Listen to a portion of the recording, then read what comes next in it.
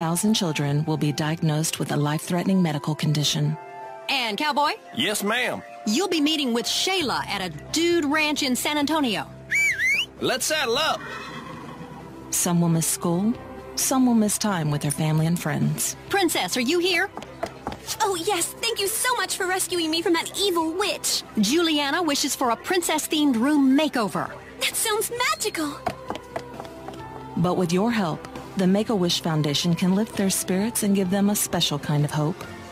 Pirate. Yar. You're up for Isaac's wish. Aye, aye, Captain. The wishes of thousands of children are waiting to come true. You can help make my wish happen. Visit wish.org today.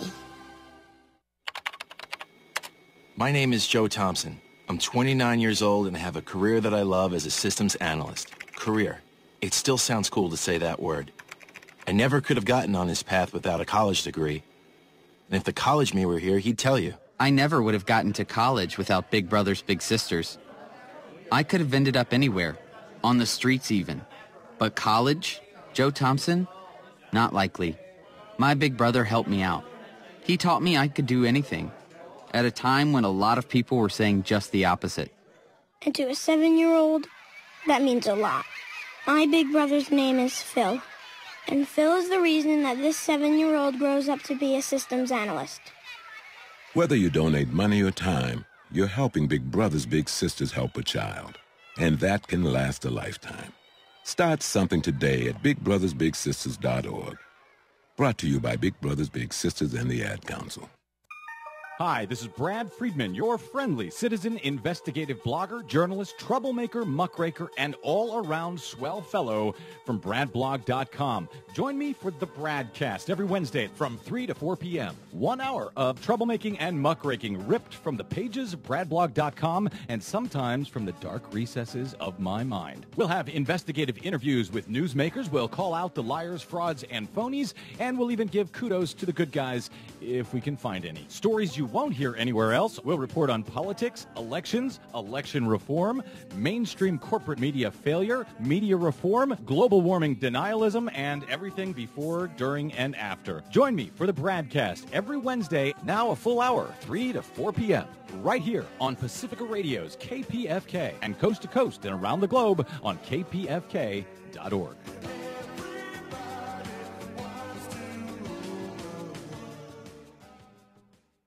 Take Action News is proud to be sponsored by Healthcare for America Now. HCAN is a national coalition of more than 1,000 groups in 50 states, representing 30 million people. HCAN works to promote, defend, implement, and improve the Affordable Care Act at both the state and federal levels. They also try to protect Medicare and Medicaid, increase corporate accountability, and confront forces that seek to take away critical services. HCAN believes in creating jobs, not cutting programs people depend on. HCAN runs comprehensive issue campaigns that mobilize people at the grassroots and define the public debate. HCAN is fighting to protect, implement, and improve the new health care law through national and state-based legislative and regulatory campaigns built on grassroots action, public education, communications, policy analysis, and groundbreaking research. HCAN has become a respected voice and national leader on health care while continuing to focus on aggressive field activity. Support HCAN, Healthcare for America Now.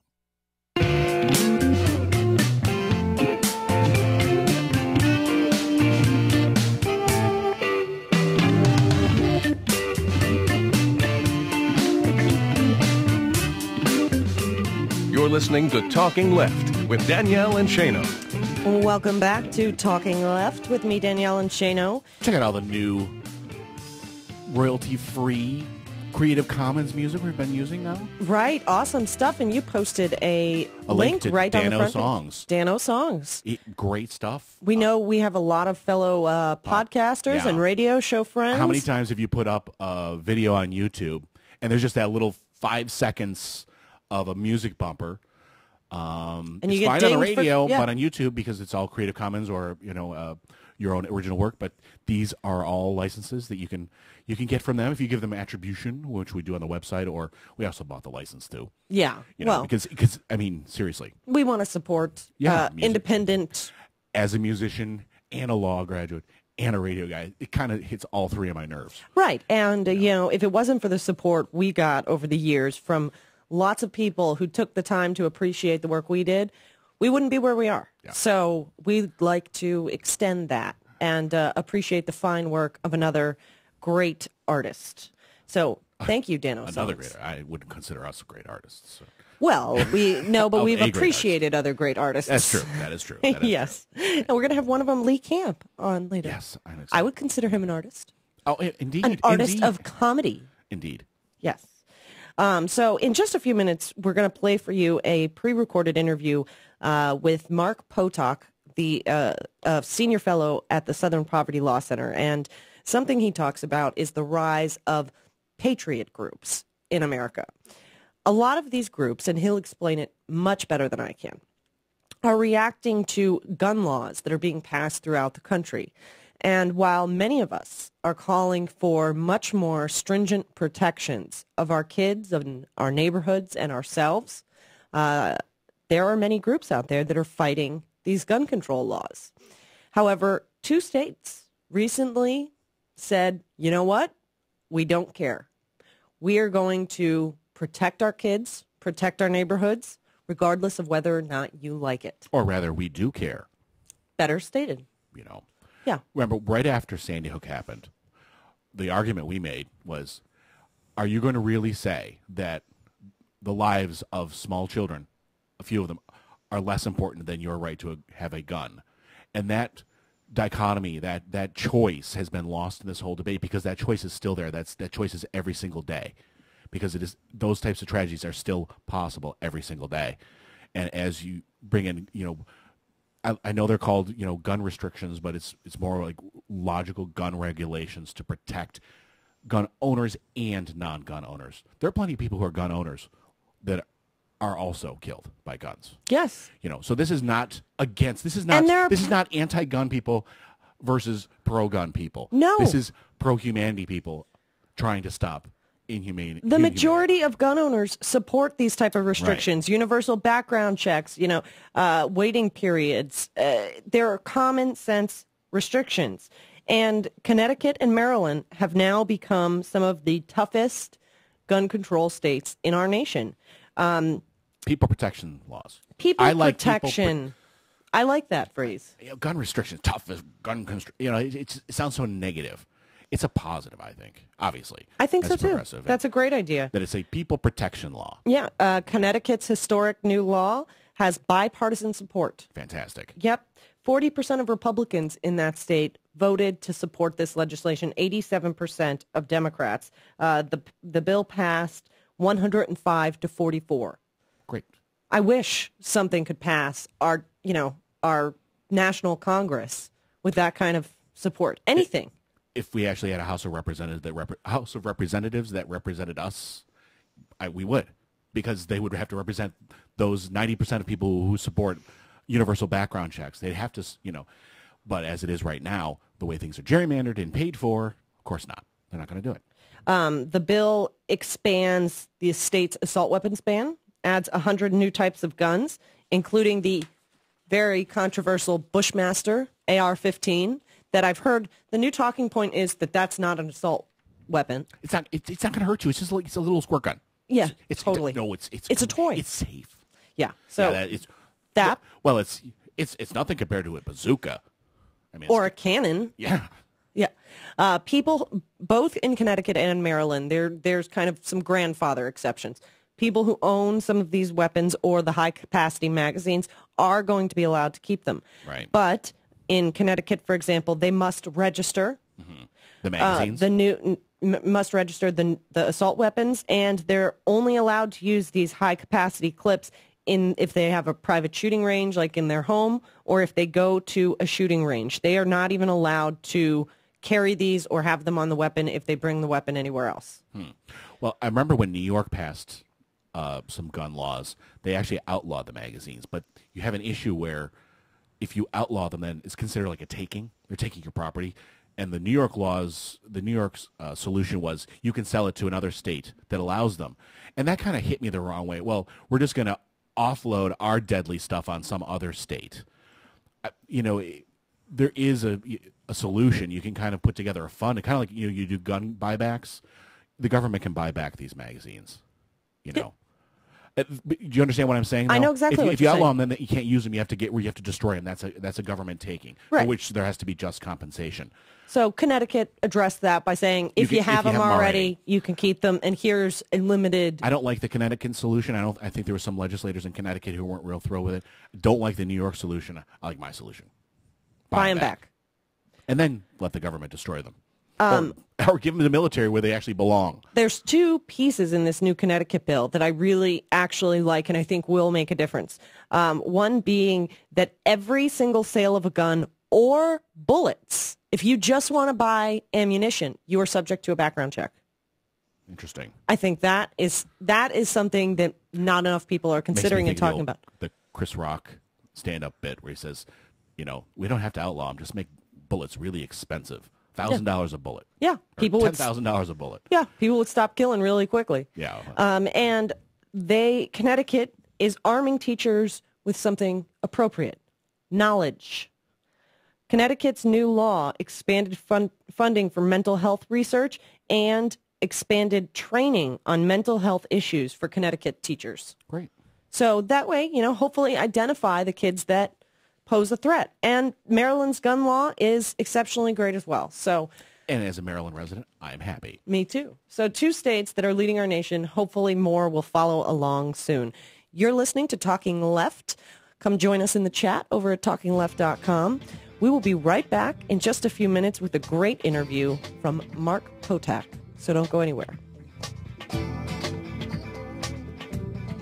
A beautiful place full of wonderful things just waiting to be experienced. It's Talking Left with Danielle and Shano.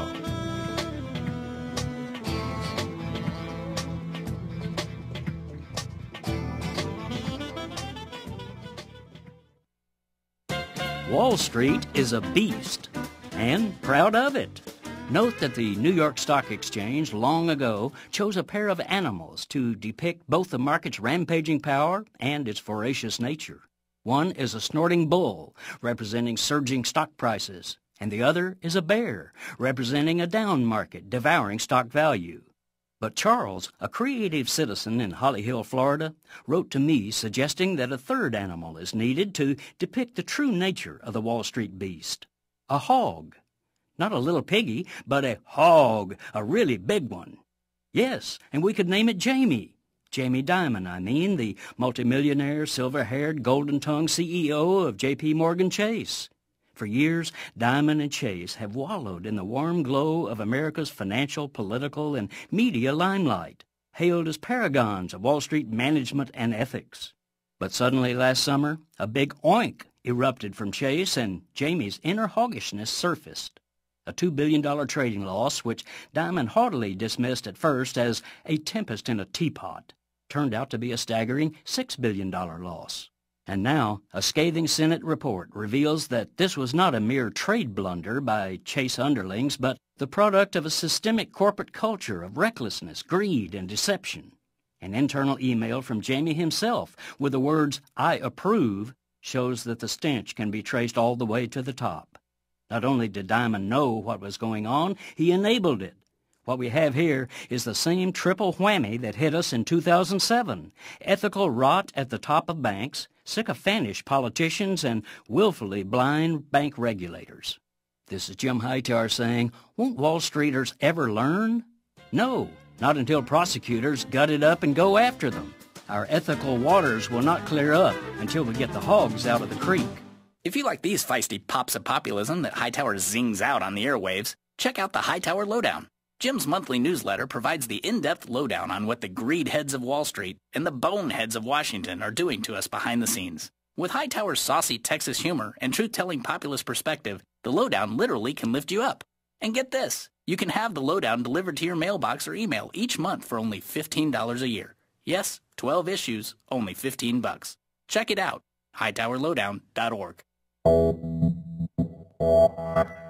You're listening to WIN, Workers Independent News, a production of Diversified Media Enterprises. I'm Doug Cunningham. Responding to the Atlanta schools cheating scandal, American Federation of Teachers President Randy Weingarten and Georgia Federation of Teachers President Verdelia Turner say the teachers union doesn't condone cheating under any circumstances. Weingarten says it was the Georgia Federation of Teachers that first blew the whistle on the cheating on tests that has led to criminal indictments of 35 public school educators in Atlanta.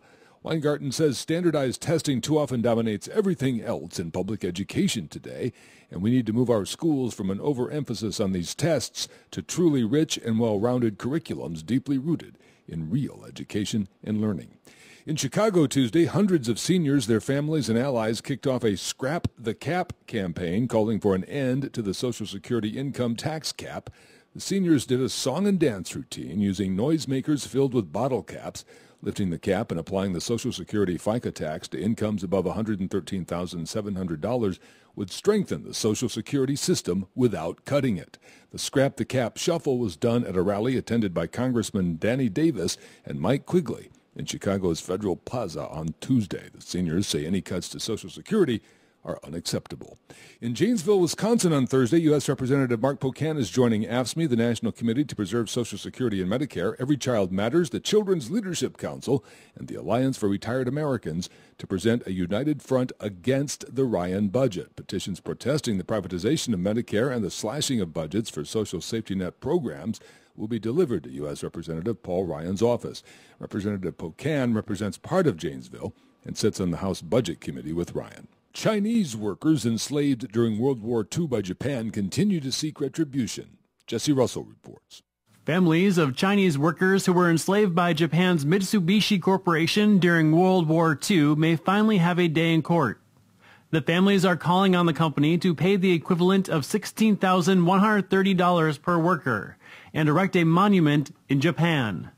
More than 40,000 Chinese were abducted during the war and forced to work for Japan.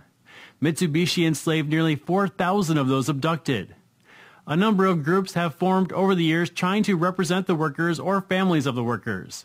The newest group is seeking to bring cohesion between the various groups representing families with a clear and unified demand for compensation. A Bloomberg News survey of economists is projecting that employers hired 199,000 workers in March, following a strong February when 236,000 new workers were hired. Official Labor Department numbers on jobs will be released on April 5th. You've been listening to WIN, Workers Independent News. For more information, visit laborradio.org. A boy born in Joplin, Missouri was fascinated by anything with wheels and a motor. The odds of him going on to fascinate millions with his talent, 1 in 260,000. The odds of him having 15 career NASCAR victories, 1 in 1.7 million. The odds of a child being diagnosed with autism, 1 in 88. I'm Jamie McMurray, and my niece has autism. Learn more at autismspeaks.org/signs. Brought to you by Autism Speaks and the Ad Council.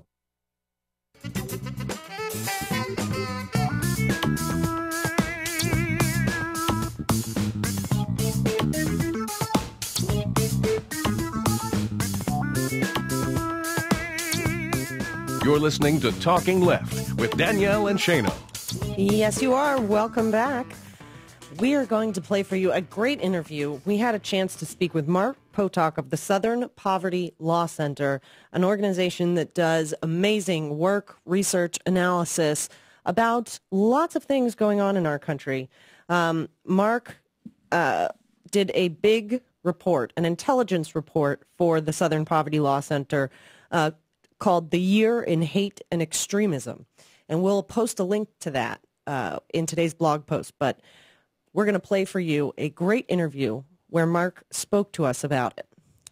Stay tuned. We are speaking with Mark Potok. He is the senior fellow at the Southern Poverty Law Center. You can check it out at splcenter.org or follow on Twitter at splcenter. Thanks so much for joining us, Mark. We really appreciate getting the opportunity to speak with you. Oh, it's a real pleasure to be here.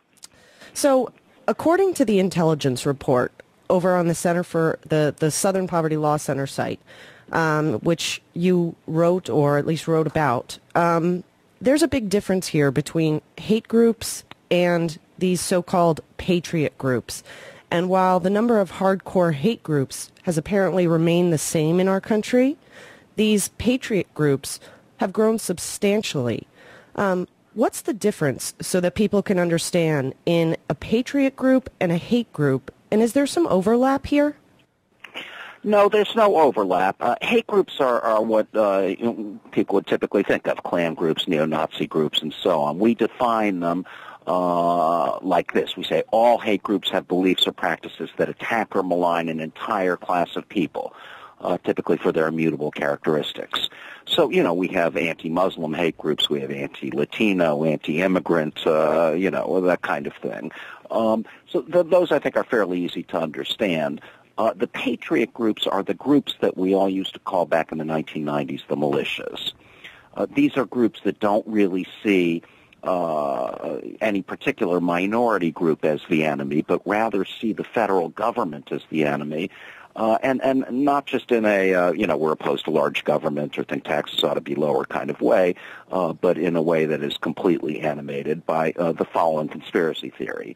The members of these groups basically all believe some variation on this, the idea that the federal government has a secret plan to impose martial law in the United States, very probably with the aid of foreign troops, likely UN Blue Helmets, that it will then strip away all the weapons owned by Americans. Anyone who resists will be thrown into concentration camps that either have been or are now being built by FEMA, the Federal Emergency Management Agency, which, while not too good apparently at managing things like Katrina, is terrific at running concentration camps, and ultimately will force the United States, or so the theory goes, into a kind of socialistic one-world government, what they often call the New World Order. So, it's a movement that is conspiracy theory-driven, and is focused very hard on the government, as I say, not merely as being too large or insisting on too high taxes, but is actually engaged in a conspiracy against the kind of liberties and freedoms of the American people. Now, recent assassinations of a corrections chief in Colorado and 2 district attorneys in Texas have been front and center in the news lately, and there seems to be some confusion as to whether those allegedly are the result of white supremacist hate groups or these so-called patriot groups. Now, everything I've read makes me lean in the direction that this is the result of a criminal syndicate, a hate group that is essentially taking revenge for their members being prosecuted. Am I missing something there? Is this more the result of a hate group or of these, the government's going to take my gun away type patriot group? Well, no, it's not related to patriot groups at all, nor is it related actually to what we list as hate groups. The gangs that may or may not be involved in these killings are in fact white supremacist prison gangs, which are quite different than the hate groups that we cover out in the world, outside the prison walls, in the sense that the prison gangs, although they do have quote-unquote Aryan ideology and so on, are fundamentally criminal enterprises. They're really little mafias, very violent. And in any case, so those are the groups that may or may not be involved. Now, we know in the case of Texas, there was a prosecutor killed back on January 31st, and then his boss, the local district attorney, Mike McClellan, just last weekend was murdered with his wife, Cynthia, at their home. And both the killings had something of the look of assassinations. They seemed to be very planned. The killer or killers seemed to have very good information about where their targets were going to be and so on. And as well, there was a very major crackdown right before these killings on a prison gang called the Aryan Brotherhood of Texas. So in that case, there's a lot of suspicions, a lot of smoke, but it's unclear whether ABT really was behind these attacks. And then there's some reasons to believe that that's not the case, the most obvious being that if, in fact, this white supremacist prison gang is behind these killings, they will bring down the weight of the entire criminal justice establishment on their heads if this becomes clear. The other case, the murder last weekend of the executive director of the Colorado Department of Corrections, the head, in other words, of the correctional department there, there we pretty much know who killed him. It was a man named Evan Ebel, who in fact is a member of another white supremacist prison gang, this one called the 211 Crew, which is based entirely within the Colorado prison system. We know that who did the killing there because Evan Ebel, after carrying out the assassination of this man, Tom Clements, at his home once again, fled. He drove to North Texas, where a police officer tried to pull him over. What ensued was a gunfight in which Abel shot the officer 3 times, although didn't kill him because he was wearing a bulletproof vest. There was a huge chase, a crash, and ultimately Abel was killed in a shootout with police. When they looked at the gun he had been using and did ballistics work on it, they found definitively that was the gun that killed Tom Clements in Colorado. So the question in Colorado is not so much was it a member of a white supremacist gang that did the killing as was this guy acting on his own or was he acting on orders from higher up, so-called shot callers within the 211 Crew, the gang. Right. So this appears to be gang-related, criminal related. It's quite separate, as you said, from these patriot groups. In looking at your review of the Year of Hate and Extremism, the Spring 2013 report, you included a graph that shows the increase in these anti-government patriot groups. It appears that the last time these groups grew so quickly in numbers was in the late 90s. Is this, in your opinion, more related to, the Brady Bill, the assault weapons ban, or is there a correlation here between when there is a Democrat in the White House? Well, there is something of a correlation to a Democrat in the White House. The first wave of the militia movement, as I'm sure most of our listeners remember, really began in 94 and continued hot and heavy, kind of peaked at around 1996, and then it started to diminish. The movement had very largely, it hadn't died out, but it had grown very quiet by the end of the 90s. Then there really wasn't much action from the so-called patriot groups for the next 8 years under the Republican administration, of course, of George W. Bush. But we saw on the graph you're referring to, I think shows it in a kind of spectacular, mind-blowing way. We saw an absolutely enormous growth on the part of these groups beginning really in early 2009. And that, of course, I think is quite obviously related to the appearance in the fall of 2008 of Barack Obama on the national political scene, the man who would become our first black president. Yeah. So I think, just to tell people what we're really talking about, I mean, in 2008, there were a mere 149 of these groups, and they were rather quiet. In 2009, after Obama takes office, of course, that number went to 512. In 2010, 824. In 2011, 1,274. And last year, the count we just published a few weeks ago, the number hit 1,360. So that I think is just amazing. And I would attribute it very largely, as I've said, to Obama's appearance on the national political scene, his election, and even perhaps more than the single person of a black man in the White House, the demographic change that Obama represents in this country, the idea that whites will lose their majority, according to the Census Bureau, by about the year 2043. In addition, of course, in that same period, in the fall of 2008, we saw the beginning of the collapse of the economy. The subprime crisis hit in October, and from there things went south. So that, I think, also is playing into the enormous growth of these groups. To say it in maybe a more broad way, I think a lot of Americans feel that the ground is shifting under their feet, that the world is changing around them, that this is not the country or doesn't look like the country they grew up in. There are cultural changes, too, big ones, right? I mean, very rapidly increasing majorities of Americans who support, for instance, same-sex marriage.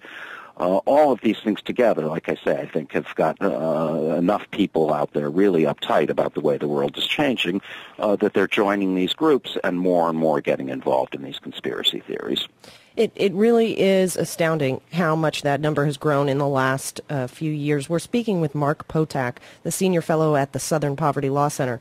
I'm curious, and I know that this is more opinion probably than fact, but what role do lawmakers, particularly the hard-right conservatives, the Tea Party members that are consistently railing against President Obama and all these attempts to implement any gun control laws, what role do they play, if any, in stoking this fear and increasing the number of these so-called patriot groups?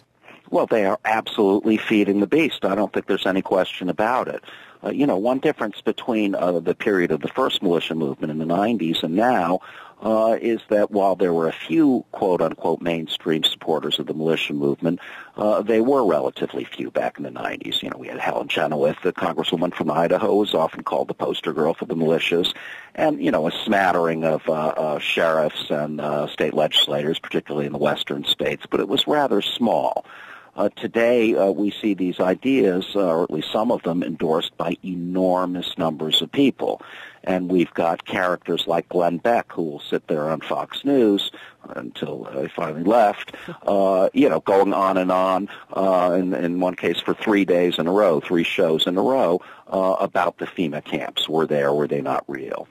So, there are very large numbers of politicians and people, as I say, in the ostensible mainstream, who are pushing conspiracy theories as if they were real. And just to give a couple more examples, many congressmen, Tom Tancredo most notoriously, former Colorado congressman, pushed the idea that Mexico has a secret plan to invade and reconquer the American Southwest.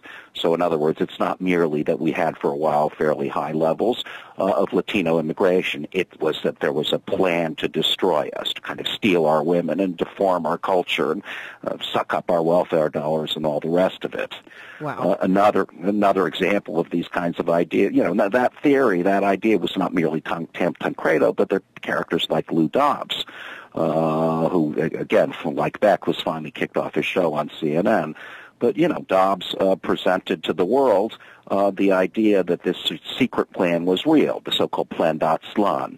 And in a very telling moment, Dobbs put up on his TV show a map of the United States showing what Aztlán was, the kind of southwestern quarter. And smack in this middle of this map, he had source, Council of Conservative Citizens. Well, that really said a lot about where these ideas originate. The Council of Conservative Citizens, in fact, is the direct descendant of the old white citizens' councils that resisted school desegregation in the South during the 50s and the 60s. It says things like black people are, quote, a retrograde species of humanity. It's against, quote, unquote, race mixing and so on. So that just illustrates once again, Dobbs, while trying to present himself as kind of a mainstream guy with some concerns about immigration, wound up more or less in bed with people who are essentially like the Klan. And it goes on and on. There was a plan signed, a United Nations plan signed in 1992 by the first President Bush and the leaders of 177 other nations called Agenda 21. The important thing to understand, it's a kind of sustainability plan. Let's not destroy the planet. But the important thing to understand about Agenda 21 is it is 100% absolutely toothless. There are 0 enforceable provisions in it. Nothing in Agenda 21 can make any American do anything. Nevertheless, for some years now, the John Birch Society, that infamous group that called President Eisenhower a communist agent and went on and on about how fluoridation of water was a plot to destroy our children's minds and so on, the John Birch Society has been pushing the idea that Agenda 21 is actually a plan to strip away property rights in the United States and impose socialism here. Well, in a way, who gives a damn what the John Birch Society thinks? Well, I think, there they are, still quite marginal.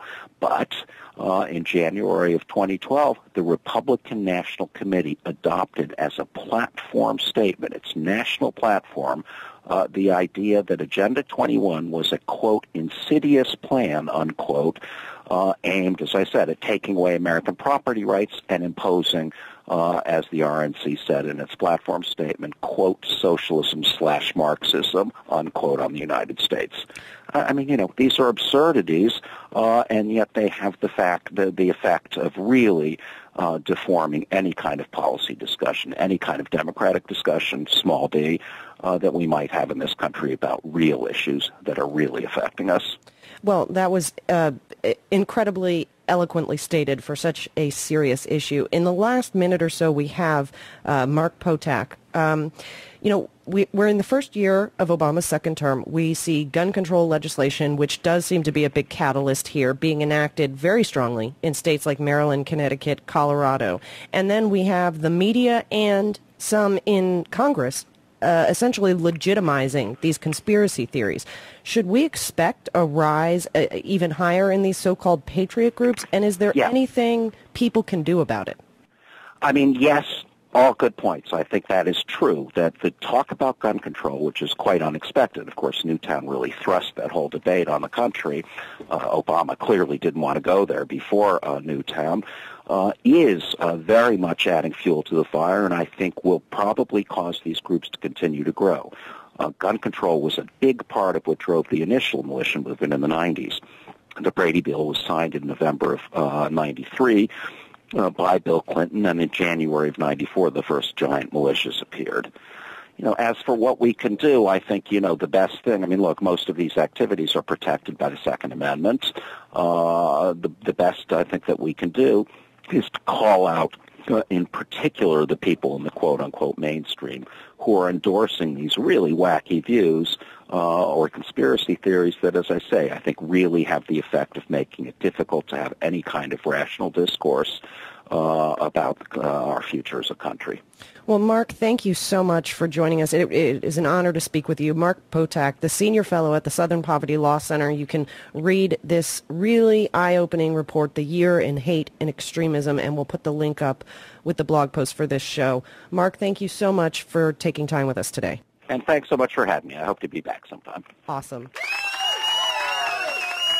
Great stuff from Mark Potak of the Southern Poverty Law Center. You can check out all their fine work at splcenter.org. Yeah, you did a great job on that interview. He was wonderful. He makes it easy. I've watched him for years, read his stuff for years. He made it exceptionally easy. He knows his stuff. Yes, he does. He really I could have spoken with him for an hour easily. Not sure if that was mutual, but no, I'm kidding. So I find it interesting that as gun nuts throughout the country hold their Second Amendment rights near and dear and constantly argue that you cannot violate the Constitution. And they've expanded it beyond the collective right, but the individual right, as the Supreme Court went in there for some reason. Right. They seem to really love the Constitution. They love the Second Amendment. Exactly. They love the parts of the First Amendment. Parts of the First Amendment, but not all. In fact, Republicans in several states, Georgia, Tennessee, and North Carolina, think that they don't really need to, abide by the rest of the Constitution. They're pulling an ultra-tenther. Yes. North Carolina Republicans want to ignore the First Amendment, that, separation of church and state, freedom from religion. Well, no. But the Establishment Clause, it doesn't say freedom from. It doesn't say there shall be separation of church. What it says is the Congress shall establish no religion. Right. And it says Congress, and it referred to the federal Congress. So they're trying to figure out a way around. Well, that only applies to the federal government. We're a state government. Under the 10th Amendment, we can do what we want, ignoring the 14th. Right. They're not big fans of the 14th either, or the 17th, or I think it's the 16th, which is taxes. Right. The 14th Amendment says no state shall make or enforce any law which shall abridge the privileges or immunities of the citizens of the United States. So essentially... and one of the privileges of the immunities is to be free from an established religion. Right. So the 14th has been used many times to apply the Bill of Rights to states. And what good is the Bill of Rights if your federal government can't do what your state can? And if you were to extrapolate that out, then why can't you make certain states make laws that say we outlaw guns completely? Sounds reasonable to me. Since the Second Amendment doesn't. If it's all about states' rights. Of course, the Second Amendment doesn't say Congress shall not. It just says shall not be abridged. But it's just typical pick and choose. They view the Constitution like they view the Bible. Sure. They pick and choose the parts that they like and that they think should apply, and the rest they ignore. The Bill of Rights is a la carte. Exactly. That's the way they'd like to use it. And apparently the 17th Amendment is optional as well. Sure. Most people may not be familiar with the 17th Amendment. It's a big deal. Once upon a time, your senators, your federal senators, were selected by your state legislatures.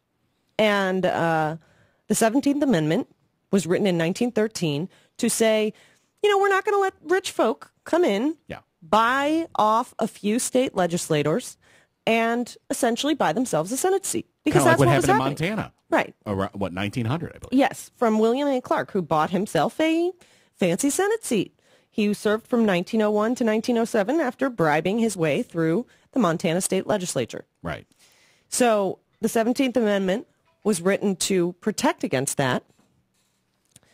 The 17th Amendment was written to protect against that, but Georgia and Tennessee essentially don't think it should apply anymore. Sure.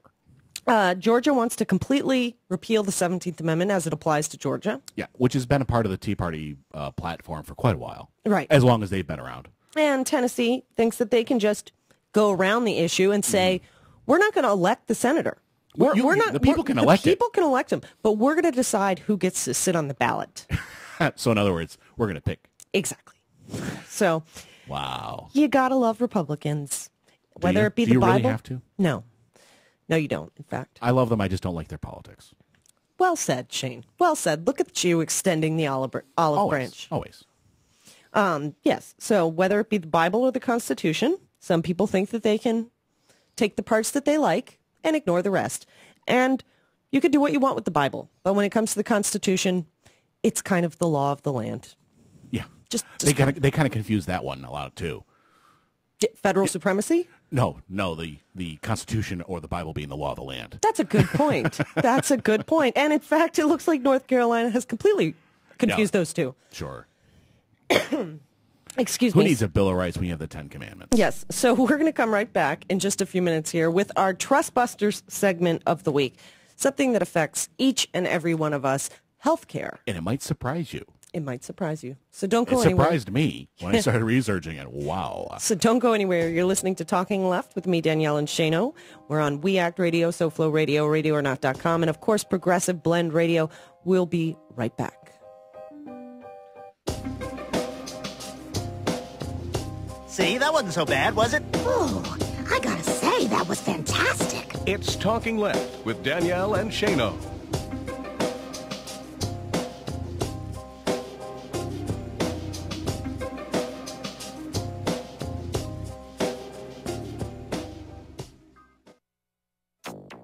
It's Tuesday, April 2, 2013. So that is a pipeline that is busted and is flooded the neighborhood. Will major tar sands pipeline spill in Arkansas doom the Keystone XL? I need your help to communicate the gravity and the urgency of this situation. NASA scientist James Hansen steps down to step up activism. The U.S. Supreme Court smacks down another big oil lawsuit. Plus, score one for breathers. EPA's new rules cut air pollution. This new proposal is going to be an all pain and no gain kind of regulation. But Republicans are against it. Of course they are. All of that and more straight ahead. From BradBlog.com, I'm Brad Friedman. And I'm Desi Doyen. Stand by for 6 minutes of independent green news, politics, analysis, and snarky comment. I've led the efforts in the House to support the Keystone XL pipeline. Great. Then we'll know who to blame. Republican Congressman Lee Terry from Nebraska. This is your Green News Report.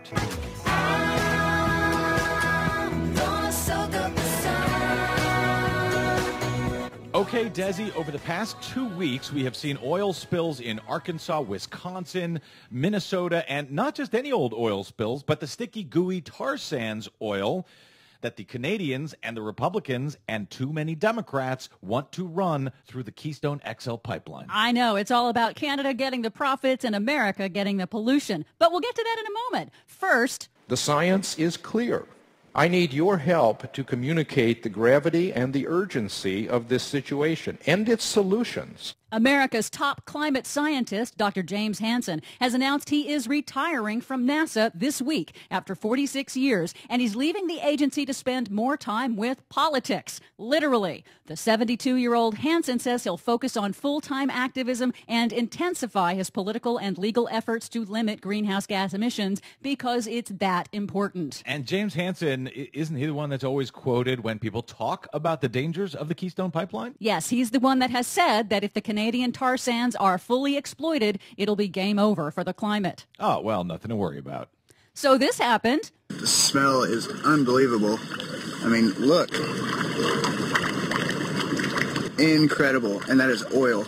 On Friday, a 60-year-old ExxonMobil pipeline carrying heavy tar sands oil from Canada ruptured under a housing subdivision in Mayflower, Arkansas, spilling an estimated 84,000 gallons of tar sands crude and forcing the evacuation of 22 homes and killing wildlife. Cleanup operations and state and federal investigations are underway. The Arkansas pipeline spill came just 2 days, as you mentioned, after another tar sands spill, a train derailment that spilled over 15,000 gallons of tar sands crude in Minnesota. These most recent tar sand spills have intensified criticism of the proposed Keystone XL pipeline, which we should note would carry 10 times the amount of heavy tar sands crude across the Midwest as that pipeline that broke in Arkansas. Glenn Hooks, executive director of Sierra Club, Arkansas, explains why tar sands are even worse than regular oil on MSNBC. This is a much bigger mess than just a simple crude spill. This is much heavier, it's much thicker, it's much dirtier, and therefore a lot more dangerous. So if it gets in the waterways, it's going to sink. It's not going to float. And so you're talking about a potentially disastrous dredging process. That all happened over the Easter Passover holiday weekend. I guess we're going to have to find out whether politicians actually even noticed it and what effect it's going to have now on these continuing calls to build the Keystone XL pipeline.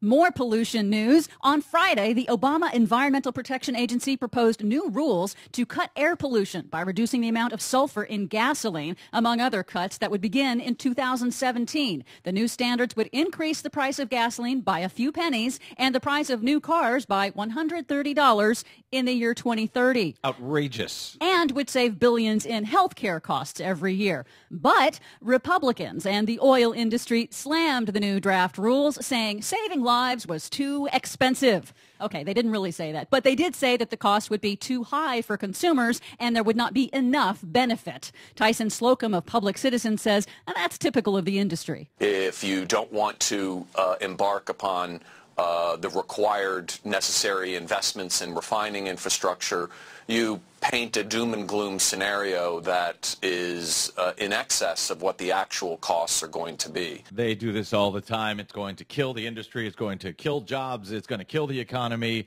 And then it never really does it never does. But score another one for anyone who breathes. The U.S. Supreme Court on Monday rejected another lawsuit brought by Big Oil's biggest lobbyist, the American Petroleum Institute, against new air pollution standards that were issued by Obama's EPA. So this was a suit by the petroleum industry against these rules, and the Supreme Court said, nope, they stand as is? That's right. They're going to let the lower court ruling stand, which says, yes, the EPA can do this. For all of that and more on the oil spills all over the place over the last couple weeks as the Keystone XL pipeline pipe dream hits homes, check out our website at greennews.bradblog.com. Remember, download us on iTunes, Stitcher, or TuneIn, like us on the Facebook, and follow us 24/7 on the Twitters at Green News Report. From bradblog.com, I'm Brad Friedman. And I'm Desi Doyen. And this has been your Green News Report.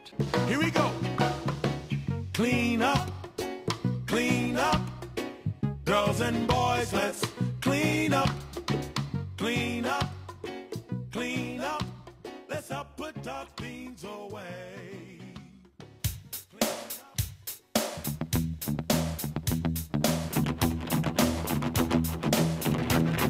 This is Talking Left with Danielle and Shano.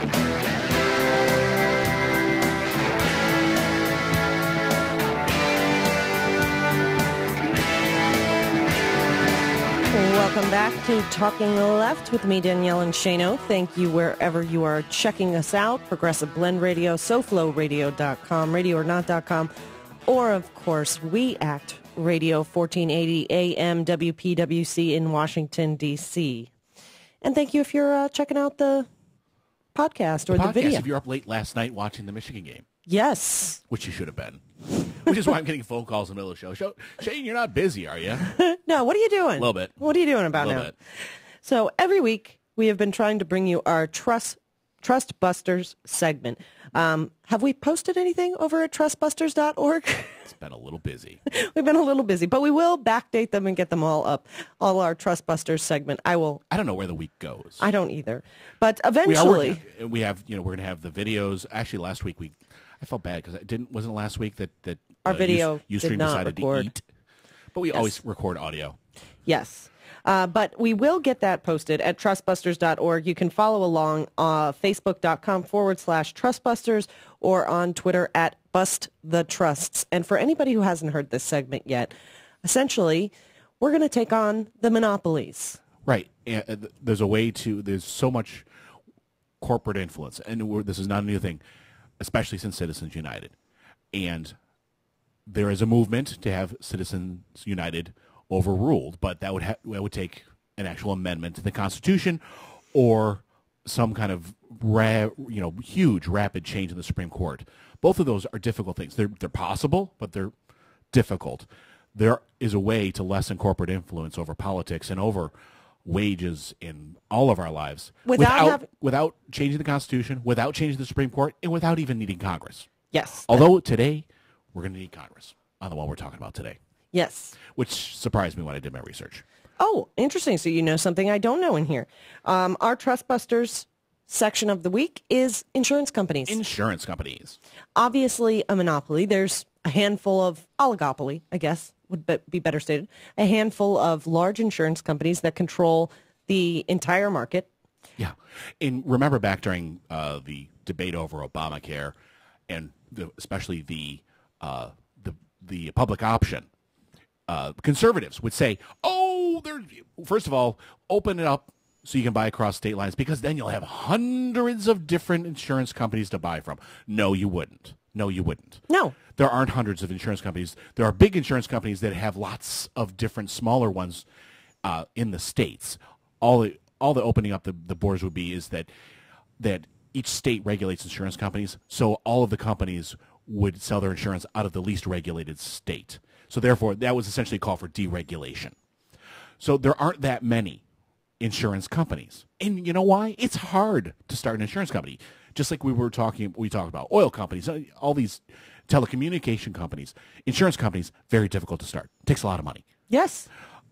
And that's why they didn't want the federal government to come in, because that is one entity who is not barred from entry because of the economic difficulties of starting an insurance company. Right. The government could do it. They are big enough. They have enough power and enough money. They could create a public option. To which they wanted to stomp right out. And then what happens? After we don't have a public option, we're going to have the small businesses have insurance options. And what happened this past week? Yes. The healthcare law provision that would have allowed small businesses to give employees a choice in their insurance is delayed. It was supposed to become effective in 2014, and the administration has now announced that it will delay it at least until 2015. So why? Because what they cite as operational challenges, and we'll explain that, which gets into why insurance companies are powerful. This option, the employee choice option, would have essentially allowed small businesses, instead of having to go out and pay, say they want to offer 10 different insurance plans, they would have to go and then pay premiums to 10 different insurance companies, do paperwork for 10 different insurance companies, provide paperwork and insurance cards, etc., for 10 different insurance companies. So it's 10 times the work. Right. So this would have been, instead, allowing small businesses to utilize a choice marketplace, where they only had to buy into the marketplace. The marketplace would have handled all those administrative tasks. And which are very expensive because of the scale, the economies of scale. When you're a small business, it's one thing if you're, Chase Manhattan or whatever, you've got thousands of employees. You can offer 3, 4, 5 if they exist in your market. Oftentimes they don't. But when you have 10 employees, 20 employees, offering 10 different insurance plans is impossible. Exactly. So this was a way to cut through that and have competition instead of one insurance company. Which would have likely also reduced costs to the Competition, employee. that's what we're talking about here. Trust Right. buster competition has a downward impact on prices. Right. However, in recent weeks, insurance companies, note that word, Shocking. urged the administration to delay the employee choice option. Why would that be? Because they're getting the same amount of premium, theoretically. It's just being paid from the government instead of an employee. Right. I would think that they would get that premium faster and more efficiently because the government is able to do electronic funds transfers, administer systems through, online. And even unless there's a debt ceiling fight, they're pretty reliable in terms of making payments. Yeah, I've heard they haven't missed payments in a while. Yeah. Yeah. Despite Republicans' best efforts. But there's that one word that we were just discussing that plays a major factor, competition. Right. They don't want the competition. And it's not like there's already a large amount of competition. Right. You might have an entire market, 5 different insurance companies. Some markets do. Some markets too. And there are allegations and there is evidence out there that they kind of divvy up territory, which is a violation. I don't know. I don't see any investigations into this. And we recently had a Supreme Court case. There's how difficult it is against a telecom company they were divvying up territory. And they try to get class action certifications. So difficult to do. It's hard to fight these. That's why you need the federal government, the FTC, the DOJ on their butts. But there's a problem. There is a law. And they've been talking about creating legislation to overrule this, to overturn this, to repeal this act, the McCarren Ferguson Act, 1944, 1945. There was a Supreme Court case that said the federal government can regulate insurance companies under the Commerce Clause. The Congress passed a law saying, no, you can't. That's up to the states. States regulate insurance companies, therefore are exempt from antitrust. This is, I was shocked when I read this. It's 15 U.S.C. 1011. Who is working to try and repeal this law? Pat Leahy was. There's some information up at whitehouse.gov I saw. Is there something that people can sign, can pressure? This was a while back because it says Press Secretary Robert Gibbs. Wow, so that was quite a while ago. It's on the White House blog. Now I don't see any movement on this repeal. So this one we actually do need congressional action because otherwise you have to do it state by state. But that actually goes into the argument though why conservatives were so into this. Just allow people to buy over state lines. Can you imagine? Can you imagine what would happen? Absolutely Think nothing. about with corporations, we find companies that operate in Illinois incorporating into Nevada. Yeah.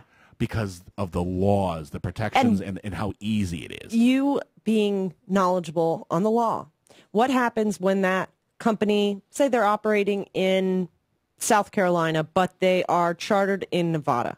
What about them? And that company creates a product and somebody gets injured and they have to sue. Oh, they can be sued. There's sufficient contacts in order to get jurisdiction. And also, when you do business in a state, you have to register with the Secretary of State. That's not an issue. That's not an issue. It's not a matter of an arbitration clause somewhere that says you have to go. If you sign an arbitration clause, you sign an arbitration clause. How many terms and conditions probably include them? Right. But that's not going to be changed based on what state they're incorporated in. Chances are it says the laws of X state, and I'm sure it's whatever state that is, they have sufficient contacts, and on top of it, it is the best set of laws they can possibly have.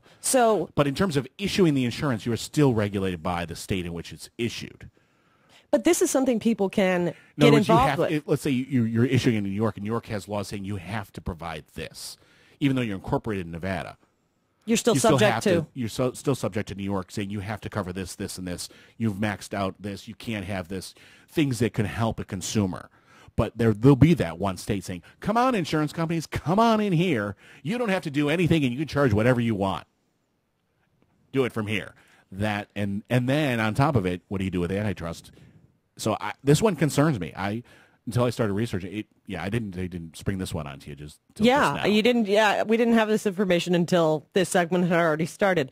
But this means somebody could get involved by calling their congressperson, their senator, and saying repeal this act. What is it? What is the act called? McCarren Ferguson. As far as I know, it's still McCarren Ferguson. So we will put a link to that act and maybe a draft letter on trustbusters.org that you idea. Can send to your congressperson and tell them to repeal this and stop the health care monopoly. Something inside of Obamacare that I'm wondering. The research I'm doing, I can't find. I would have thought there might be some things, but who knows? It's Obamacare really was a pro-insurance law. So I now that I think about it, nah. No, probably not. It was not. Insurance, quote unquote, reform. And it's proving to be even more of an insurance giveaway as the one thing that could have increased competition. But the solution? Call Congress. Well, and also bringing back the public option. So this repealing this act, stopping health insurance companies from being monopolies would go a long way into cutting into their power and maybe leading to that public option. It's something we can all work towards, and we will certainly put that up. This one's an uphill battle. But Yes. It's one that's got. I mean, this is crucial. Yes, but we can do it. We can do it if we stick together. You're listening to Talking Left with me, Danielle and Shano. We're going to run to a break, and we'll be back. And in just a few minutes, we'll be speaking with Tim Carpenter of the Progressive Democrats of America. Very excited about talking to him, so don't go anywhere. Stick around. I'm David Schuster of Take Action News, and you're listening to my favorite show other than my own, Talking Left with Danielle and Shano.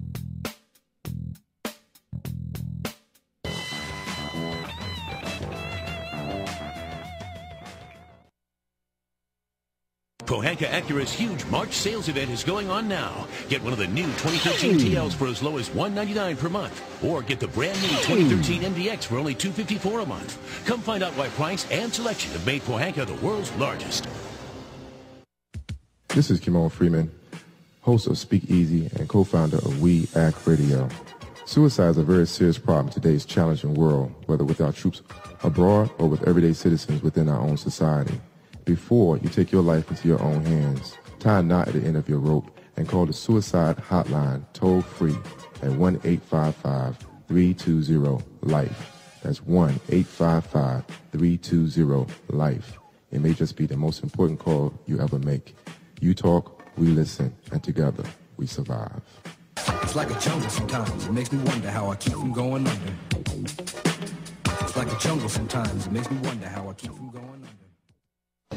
Hi, I'm Tom Morello. Some call me the Night Watchman.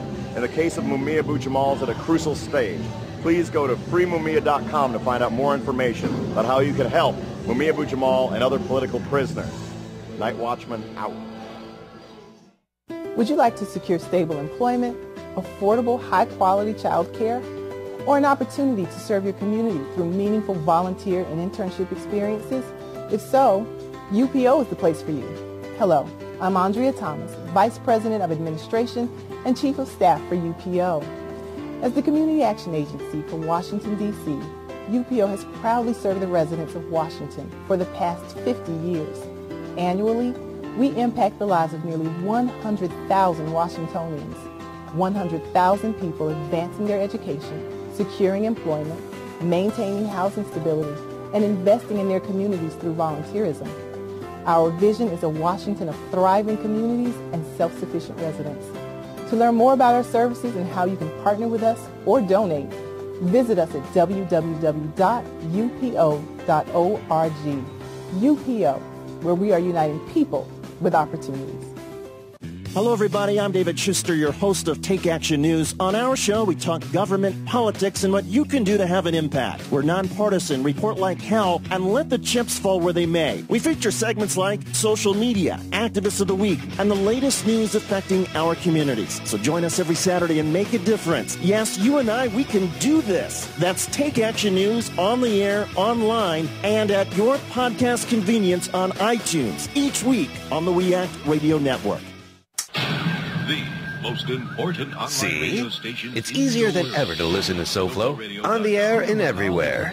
On any computer, any mobile device, iPhone, iTouch, and anywhere you are, just hit SoFloRadio.com. Tell your friends about South Florida's radio network, SoFloRadio.com.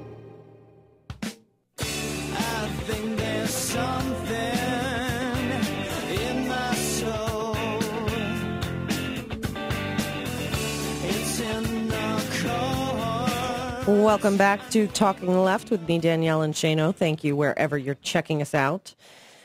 You know, when Lindsey Graham, of all people, agrees with the president, something just strikes me as concerning. Terrifying. It almost, it's like bizarro land.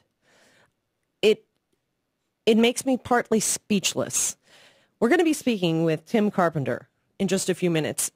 He and the Progressive Democrats of America have been petitioning Congress members for weeks about not cutting our social safety net, not cutting Medicare, Social Security, and Medicaid. Well, the fact that Lindsey Graham is now agreeing with the president may tip you off as to how bad the president's proposal is. According to Graham, you got to love these eloquent words. There are nuggets of this budget that I think are optimistic. Actually win some new revenues as a budget deal by doing it? There are nuggets of his budget that I think are optimistic. It's overall a bad plan for the economy, but when you look at change CPI and Medicare reductions, we're beginning to set the stage for the grand bargain. Change CPI, adjust, harmonize the retirement age of Medicare with Social Security, do some means testing for both programs, and in return flatten the tax code. About $600 billion of revenue. And if you look at these changes over 30 years, there's $4 to $5 trillion in savings. So I'm looking for the biggest spending cut in American history by reforming entitlements, saving those entitlements, and the president's showing a little bit of leg here. This is somewhat encouraging. His overall budget's not going to make it, but he has sort of made a step forward in the entitlement reform process that would allow a guy like me to begin to talk about flattening the tax code and generating more revenue. You think a grand... Wow. Just like we were worried, though. We like this part, and this part, and the heck with the other part. Yeah. That's exactly what we've been worried about, is we'll take all the cuts, we'll take change CPI, we'll take, reductions to Medicare benefits, and flatten the tax code, which is, in other words, increase it on poorer people, lower it on richer people. Right. So this is even worse than what we had anticipated, because we anticipated, Shane, I don't know if we discussed this on air, but definitely in private conversation, that the Republicans would say, yes, we love all those cuts. We'll take change CPI. Sure. We'll take, entitlement reform. We'll take all of the above, except your revenues. Right. Well, it's another a la carte. A la carte Bill of Rights, a la carte Bible, and the a la carte budget. Think about it. That's right. They are pickers and choosers. Yet they're, darn well that when every time they talk about takers and makers, we should just call them pickers and choosers. I love it. They're pickers and choosers. I love it. They pick and choose their facts. Darn well that the president will say, at least, God, I hope so, that the president will say, no, if you don't allow substantial new revenues, you don't get change CPI. Right. Well, that was when it was floated on this past week before the official unveiling, which is coming up.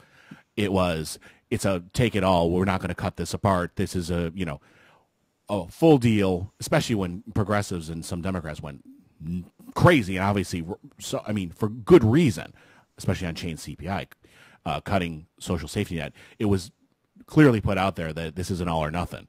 So to which then they come back with, it's all or nothing. No, once again, he won't negotiate. That's what happens when you give so much in your opening bid.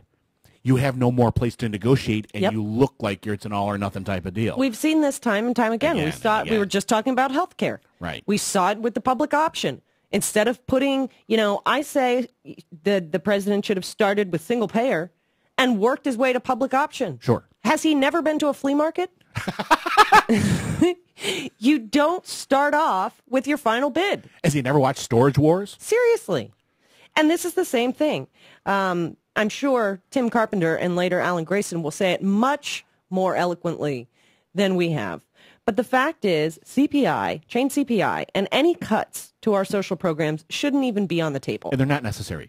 They're not necessary. They are not We necessary. have already given in on tons and tons of spending cuts, including the sequester. It's over $2 trillion. It's time for some more revenues. And yes, we have gotten some revenues, $600 billion. Those two numbers do not add up. Those revenues are not new revenues. That was sunsetting of an old cut that was ridiculous. Right. That is not new. We've set some tax rates back to pre-George W. Bush. Whoopee. Because, they chip.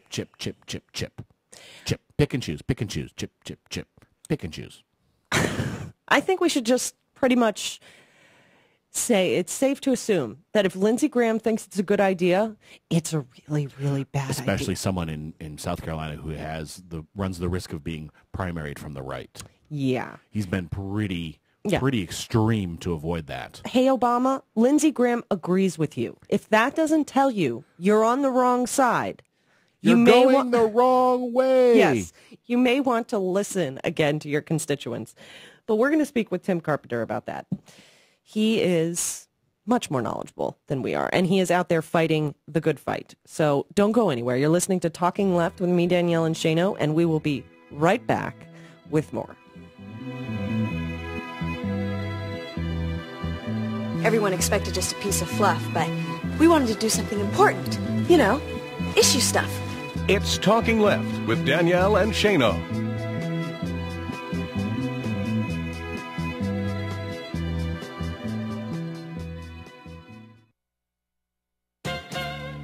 Turf wars can be the silliest of all scuffles, and no place does silly with more zeal than Texas.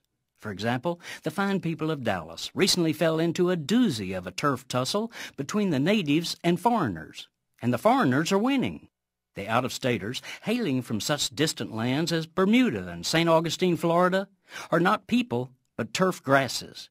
Many homeowner associations, realtors, chambers of commerce, and city officials applaud and even mandate the use of such outliers to give a community that uniform, well-manicured, lush lawn look. The natives, on the other hand, are tufts of tenacious prairie grasses, prickly cacti, and rough rocks, local elements that were landscape ages before lawns were invented, and way before there was a Dallas. Enter Burton Knight, owner of a modest home in the city's Junius Heights neighborhood. In the interest of water conservation and in the interest of nature's own beauty, he ripped up his lawn and went native, creating a xeriscaped yard. Beautiful, but not in the eyes of the lawn lords who rule the local landmark commission and city planning office. Knight's problem, sniffed a planner who oversees the Junius Heights Historic District, is this: the lack of a lawn. There's none. Zero. She cited an ordinance that sets standards for such things. But all it says is landscaping must be appropriate. Well, wonders Knight, in this land of constant drought and a critical water shortage, how appropriate is it to keep landscaping with water-guzzling, chemical-demanding imported turf grasses? Besides, he adds, how can you say that cactus is not historic? This is Jim Hightower saying, this is, after all, Texas, the natural home of prickly pears and scrappy people. Loosen up, Dallas. Go native, or give up your Texas passport. Need an antidote to the progressive blues? Want some good news about how grassroots folks are rebelling against the corporate powers and winning? Well, here's an easy-to-swallow pill for you, the Hightower Lowdown. Hightower's monthly newsletter will give you the lowdown, even as it lifts you up. It's 4 pages a month, jam-packed with facts you can use, actions you can take, and Jim's own Texas humor, all for only $15 a year.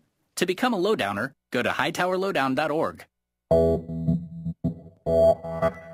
You're listening to WIN, Workers Independent News, a production of Diversified Media Enterprises. I'm Doug Cunningham. The labor movement has no higher priority in 2013 than building a workable immigration system to allow 11 million aspiring Americans to become citizens. You may have heard about our agreement of a new kind of visa program which benefits not just business but all workers. But that's only a small part of our campaign to build a common-sense immigration system. AFL-CIO President Rich Trumka. Trumka joined prominent faith leaders on a press conference called Tuesday, urging the U.S. Senate to protect and promote family-focused immigration reform. Trumka says he's passionate about making sure that family reunification is central to immigration reform because of what happened to his own family. After arriving on Ellis Island, Trumka's grandfather went straight to the coal mines in Pennsylvania. It took him 2 years of saving on poverty wages to reunite his family. And he saved everything he could save, and it took him over 2 years before he could send for my grandmother and my mother and her sisters. And that separation of over 2 years, that's something that shouldn't be allowed to happen to any family. And yet some are proposing to separate families today, here in America, in the 21st century. South Korea's access to an industrial complex has been limited as tensions continue to rise between the South and the North. Jesse Russell has more. Tensions continued to rise on the Korean peninsula yesterday, with North Korea bringing a halt to South Korean access to an industrial complex shared cooperatively between the two countries. The action is only the most recent sign of a more aggressive North Korea in recent weeks. The industrial complex sits on the north side of the border and is home to operations for numerous South Korean companies. It was originally opened as an effort to start building better relations between the neighboring nations. The last time the North shut down access to the complex was in 2009, but at that time South Koreans were trapped on the other side of the border. This time the North is allowing workers already on their side of the border to leave. Both South and North Koreans work in the complex. More than 50,000 North Koreans are employed at the facility and see nearly 50% of their earnings taken by the country in taxes. It is unclear if operations will continue without the presence of South Korean workers. This newscast made possible in part through underwriting support from the IBEW, the International Brotherhood of Electrical Workers, and from the CWA, Communications Workers of America. Workers Independent News puts workers and their unions on the national radio news airwaves every day. To help keep labor's voice on the air, go to laborradio.org. You've been listening to WIN, Workers Independent News. For more information, visit laborradio.org. Confessions of a Potentially Perfect Parent, brought to you by adoptuskids.org. I don't know how to talk like a parent. Don't make me come back there. You see what I mean? It's pretty awful. Try it again. Don't make me come back there. Now that's pretty good. That one kind of sounded like my dad. Weird. You don't have to be perfect to be a perfect parent. There are thousands of teens in foster care who would love to put up with you. Call 1-888-200-4005 or visit adoptuskids.org for more information. A message from the U.S. Department of Health and Human Services, Adopt Us Kids, and the Ad Council.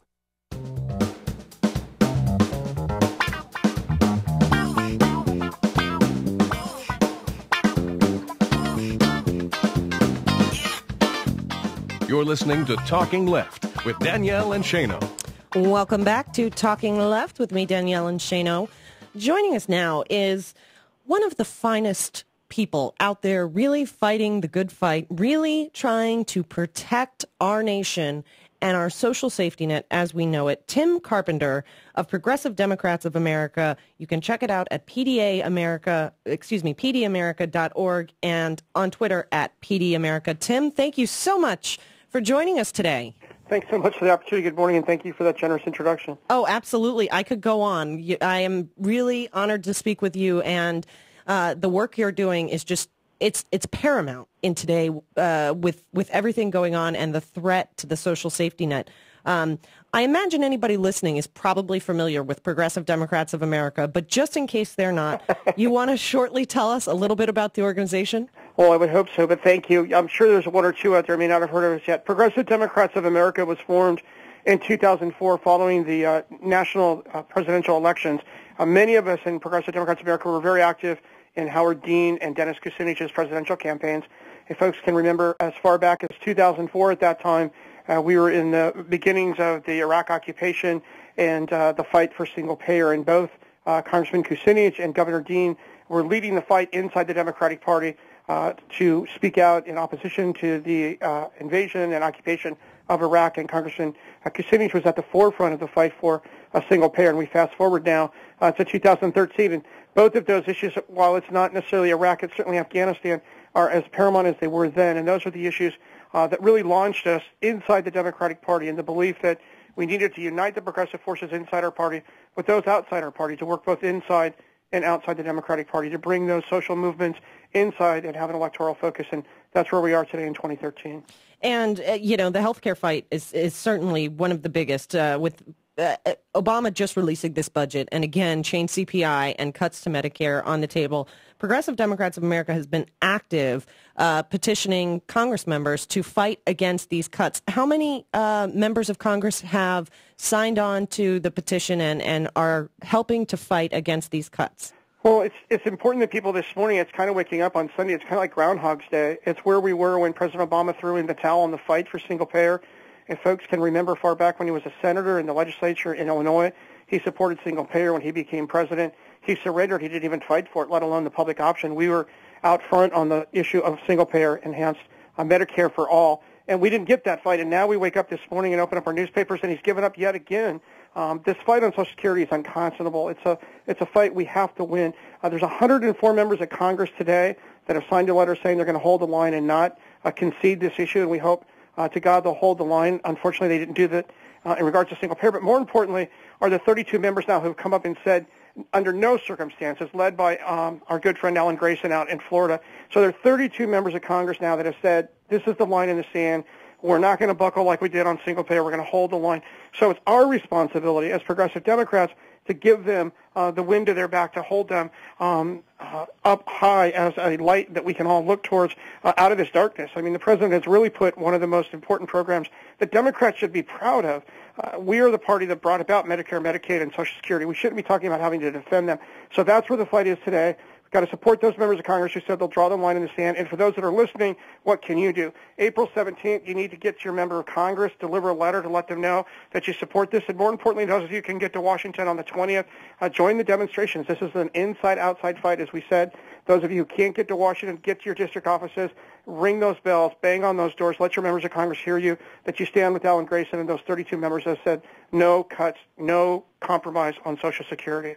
Yes, the public being involved here, I think, is really the most important aspect. I think Congress, senators, representatives need to understand that the public is adamantly opposed to this, especially when there are so many other alternatives. The part that bugs me in this discussion, Tim, and I'm curious of your take on it, is when this is discussed, when Social Security cuts are offered up by President Obama, this discussion only goes one of two ways: that we can deal with spending by cutting Social Security programs or cutting Medicare, or we can reduce payments to provider.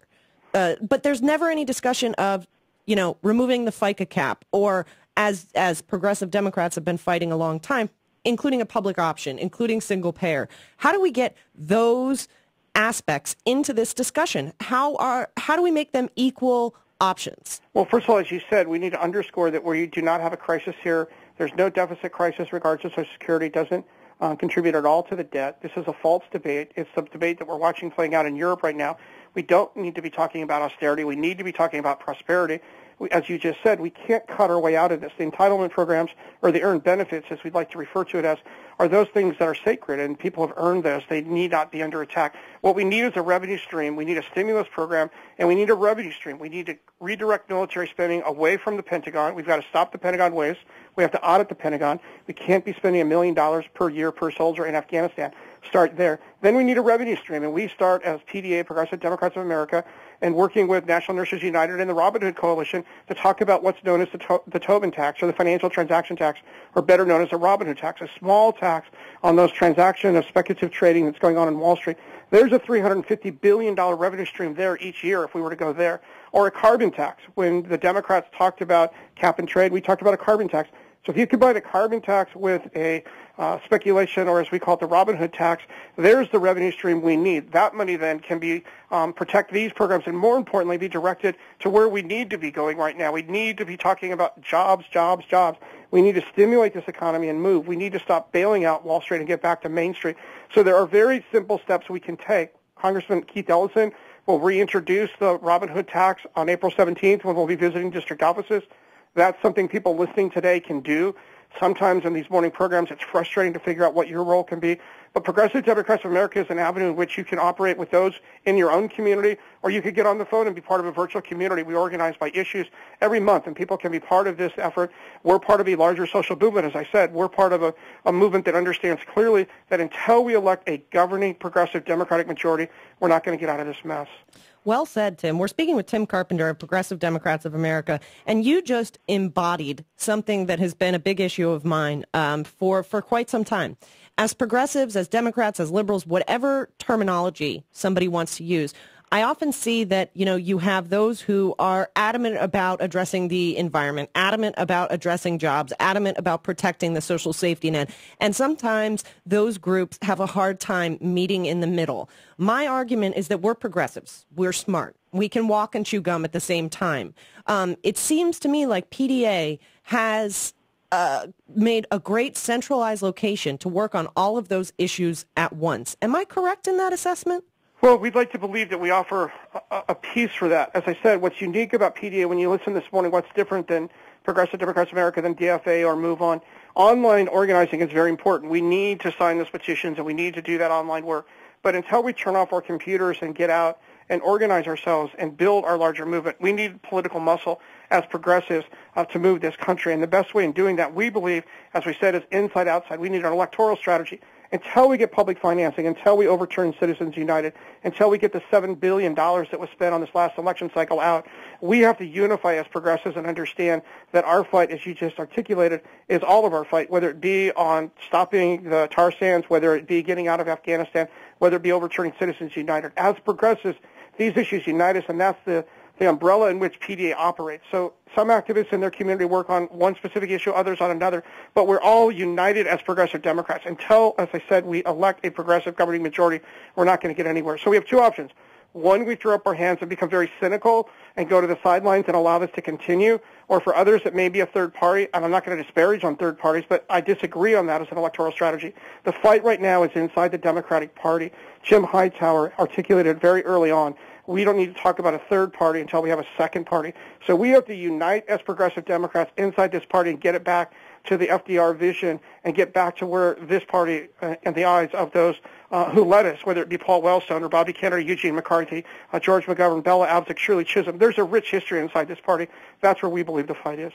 Well, I certainly agree. And I think that although some people aren't aware of it, progressives in Congress are growing by the numbers every day. Am I correct that the Progressive Caucus in the House is the largest caucus in our House of Representatives? It's probably one of the best-kept secrets. Yes, there's 73 members, but the challenge this morning as progressive Democrats is to get those 73 progressive Democrats to stand up and lead. We need more Alan Graysons, the Alan Graysons that are inside the Progressive Caucus that are the leaders. So what we tend to say within Progressive Democrats of America, we're the progressive wing of the Progressive Caucus. There are those 14 or 15 members like Congressman Alan Grayson, Keith Ellison, Raul Grijalva, Barbara Lee, John Conyers that are out front leading. We need more leaders. We don't need Democrats just a name only. We need progressive Democrats, and we need progressive Democrats that are leading. And that's why it's so inspiring to see freshmen like Mark Pocan and Mark Takata out in Riverside and Alan Grayson returning to Congress, helping us lead this fight. But yes, the short answer is there are 73 members of Congress organized as the Progressive Caucus, led by Keith Ellison and Raul Grijalva. And Progressive Democrats of America, we work as the field division to help them to move through legislation in Congress. Many people may not even know that just last week alone we had a vote in Congress on these issues we're talking about.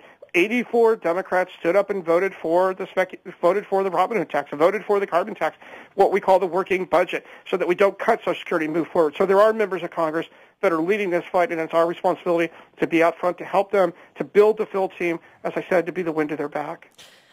You are amazing, Tim, and I said this to you on the phone yesterday, but you really are out there doing the Lord's work, out there fighting for the issues that will really make a difference in people's lives. And I am honored to speak with you and just want to thank you so much for joining us and for all of the amazing work that you do. You are inspiring to us and hopefully to all of our listeners as well. So thank you so much. Well, thank you so much. And I invite everybody, please visit the website, pdamerica.org, and be part of this movement. And thanks for all of your work. And again, for the opportunity this morning. Thank you. Absolutely. And all of those links will be up with the blog post after the show.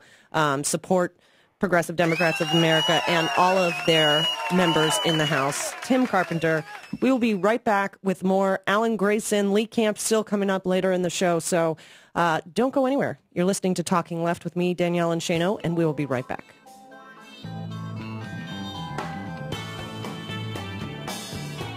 Hey, this is Hal Sparks from the Hal Sparks radio program Mega Worldwide, and you're listening to Talking Left with Danielle and Shano.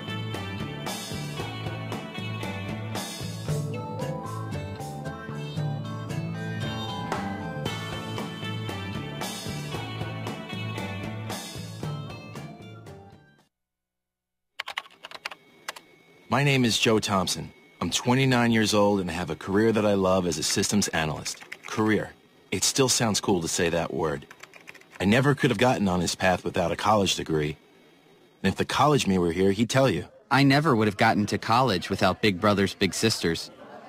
I could have ended up anywhere, on the streets even. But college? Joe Thompson? Not likely. My big brother helped me out. He taught me I could do anything, at a time when a lot of people were saying just the opposite. And to a 7-year-old, that means a lot. My big brother's name is Phil. And Phil is the reason that this 7-year-old grows up to be a systems analyst. Whether you donate money or time, you're helping Big Brothers Big Sisters help a child. And that can last a lifetime. Start something today at bigbrothersbigsisters.org. Brought to you by Big Brothers Big Sisters and the Ad Council. Breast health awareness is critical for all women, particularly African Americans, because we have an increased risk of dying from breast cancer compared to women of other backgrounds. At U of M, I'm doing research here and with women in Ghana to look for an inherited link that makes African and African American women susceptible to a more aggressive type of cancer. Finding this link, I believe, will make new treatments possible. But right now, making sure that you are properly screened is our best protection. With experts like Dr. Lisa Newman, the University of Michigan Health System is a leader in cancer care. When you call our free Cancer Answer line at 800-865-1125, an oncology nurse will answer any questions you might have about the prevention, screening, and treatment of breast cancer and other forms of cancer. All calls are confidential. Call 800-865-1125 or visit uofmhealth.org/cancer answer line. We're working to help everyone enjoy longer, healthier lives. That's the Michigan difference. Hey there, Matthew Filipovich here, host of the creatively titled Matthew Filipovich Show, which, by the way, you can hear every single Saturday from 8 a.m. to 10 a.m. right here on 1480 a.m. We Act Radio. Now, I'm going to be honest with you people. I'm not the smartest guy in the world, but I like talking to smart people. People who are smarter than me. Some of the smartest, funniest, most badass progressives out there. People like Glenn Greenwald, Naomi Klein, Cenk Uygur of the Young Turks, Jamie Kilstein, Allison Kilkenny, Alan Grayson, Jeremy Scahill, Jim Hightower, and more. That's right, I said more. Don't believe me? Well, tune into the Matthew Filipovich Show every single Saturday from 8 a.m. to 10 a.m. for some of the best in liberal talk, news, comedy, and interviews right here on 1480 a.m. We Act Radio. Friends, David Schuster here, and all of us at We Act Radio are so proud of our neighbors here in Southeast D.C., especially one of our partners, the Arc. The Arc is at 1901 Mississippi Avenue Southeast. It's the home to some of Washington's best, including the Washington Ballet, the Levine School of Music, Boys and Girls Club, and the Children's Health Project.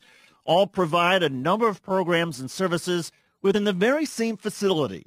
The Arc is also home to the Arc Theater, the only theater east of the river, which hosts a variety of dance, music, and theatrical shows each year. Almost everything you could want is at the Arc, so stop by and see them. The Arc, 1901 Mississippi Avenue in Southeast.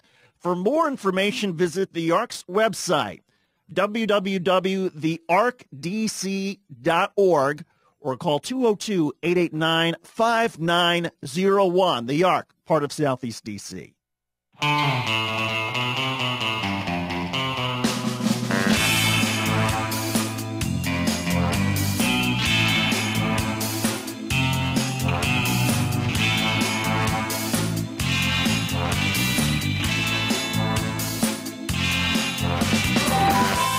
You're listening to Talking Left with Danielle and Shana.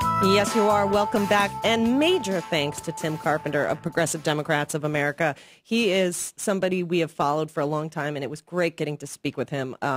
Just so inspirational. Yeah, whenever I'm kind of down, you know, and you worry about the direction of things, you go over there, and there's always something you can do. Yes. And, you know, action will always make you feel better.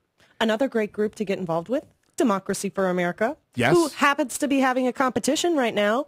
And Mr. Jacob Dean, our friend, is running for a scholarship to attend Netroots Nation. Please just go over to netrootsnation.com and you can find the link to vote for him there. We'll also post it. They're on our Twitter feeds as well. On our Twitter feeds. Octathon, and we will post it on our blog as well. And then tell your friends, too. Yes. The most important thing is to network it out. Yes. You know, tell 5 people and have them tell 5 people.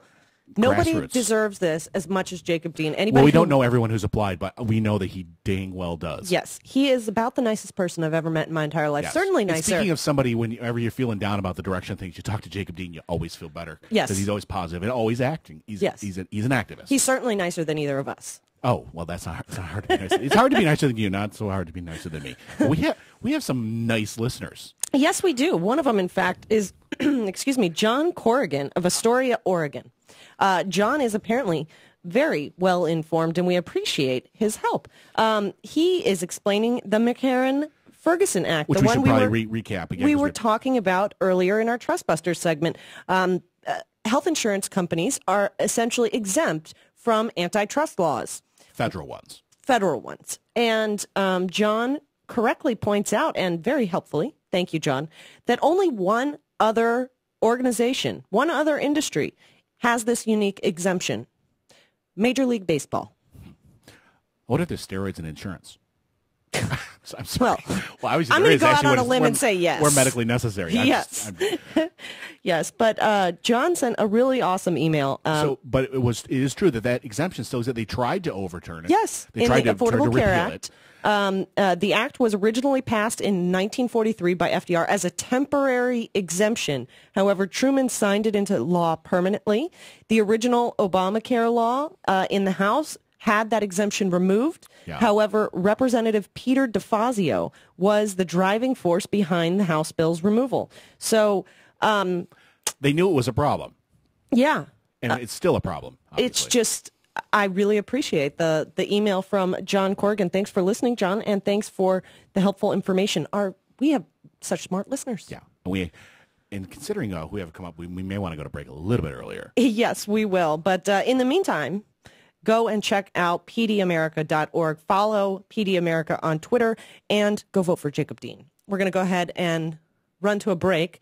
We will be right back with more on Talking Left with me, Danielle and Shano, coming back with Representative Alan Grayson.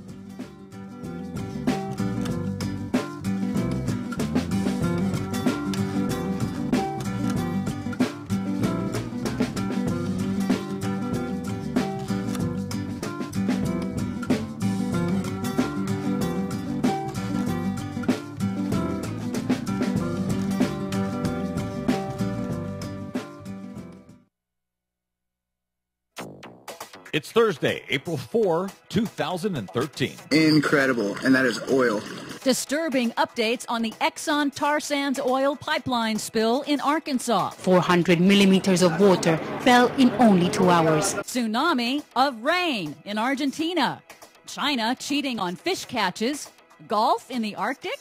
Plus, the second provision tells the USDA to ignore any judicial ruling regarding the planting of genetically modified crops. The Monsanto Protection Act. Secret legislation exempts Monsanto from the law. All of those secrets and more straight ahead. From BradBlog.com, I'm Brad Friedman. And I'm Desi Doyen. Stand by for 6 minutes of independent green news, politics, analysis, and snarky comment. The Keystone XL pipeline is a no-brainer. Yes, it is. And that's why it's particularly beloved by people with no brains.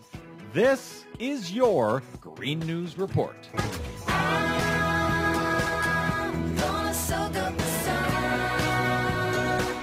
Okay, Desi Doyen, The Hill reports today that 58% of Republicans believe global warming is a hoax. That's a quote, a hoax, compared to just 11% of Democrats.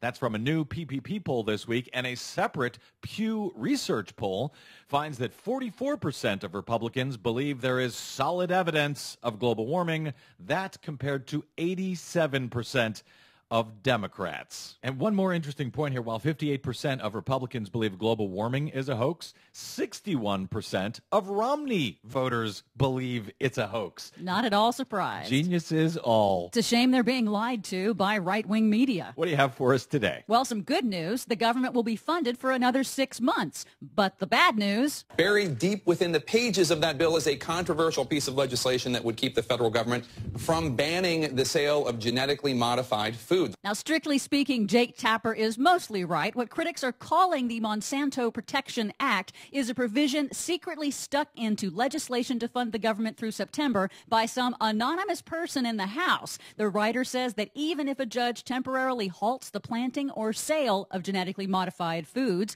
the U.S. Department of Agriculture is required to ignore that ruling and allow the GMO crops to be sold into the food supply. So if there's a finding in a court of law, it must be ignored according to this bill? That's right. Isn't that a violation of the separation of powers in the Constitution? It would seem so. Now, the exemption expires in 6 months, but Monsanto and the biotech industry are clearly gearing up to get Congress to grant them permanent exemption from judicial review. Amazing.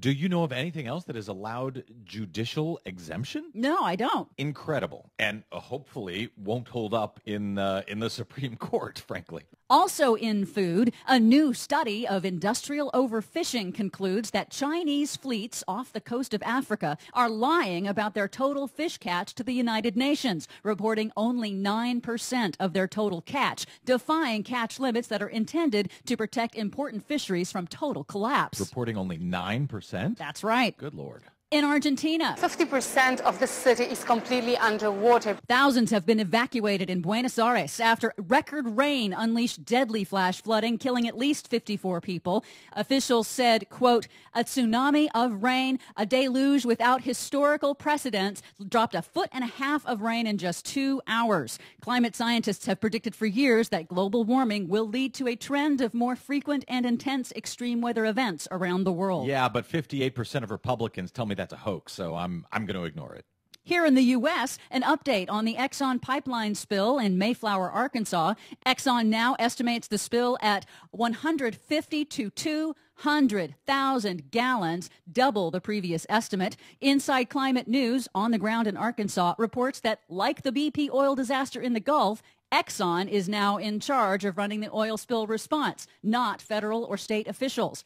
Also like the BP oil disaster, Exxon has declared a no-fly zone over the area after a new viral aerial video showed the spread of the spill. But perhaps most disturbingly, Climate Progress reports that because of a tax loophole, Exxon and its Arkansas tar sands pipeline are exempt from paying into the federal oil spill cleanup fund. Why? That's because of a 1980 law that defines heavy tar sands crude as not oil. All companies that ship heavy tar sands crude are therefore exempted from paying into the cleanup fund. And that includes the controversial Keystone XL pipeline. Finally, a golf course in the Arctic? Officials in Iceland are baffled over a proposal from a former Chinese government official turned real estate developer to build a golf course and hotel in Iceland's remote Arctic wilderness. Iceland officials are wary. Some speculate that China may be trying to gain a foothold in the Arctic because Iceland, which doesn't have a military, will be the gateway to natural resources and new shipping routes in a future Arctic opened up by global warming. Interesting. Keep your eye on that one. And you can keep your eye on all of these stories and more at our website, greennews.bradblog.com. Don't forget, you can download us via iTunes, Stitcher, or TuneIn. You should find us and like us on the Facebook and follow us 24/7 on the Twitters at Green News Report. From bradblog.com, getting out my parka and golf clubs, I'm Brad Friedman. And I'm Desi Doyen. And this has been your Green News Report. You're as cold as ice. You're willing to sacrifice our love.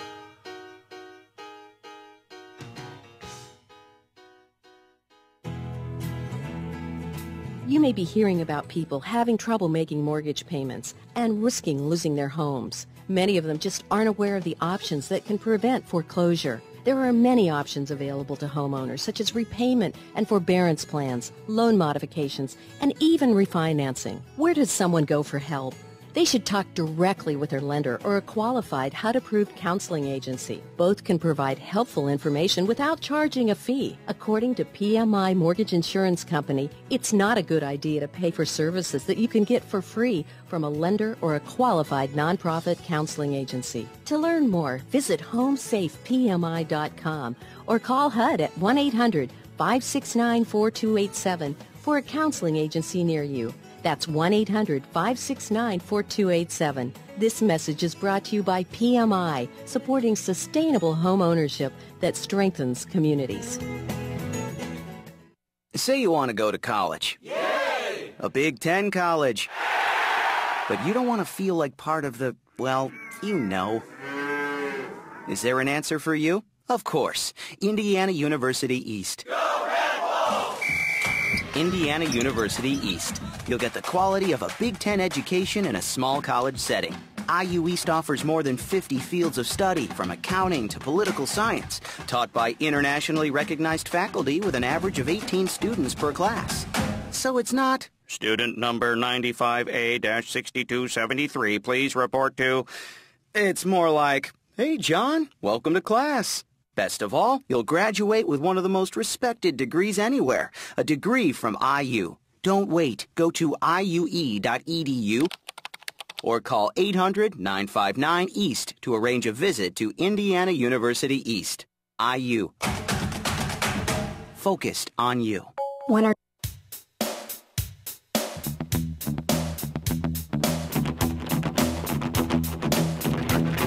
This is Talking Left with Danielle and Shano.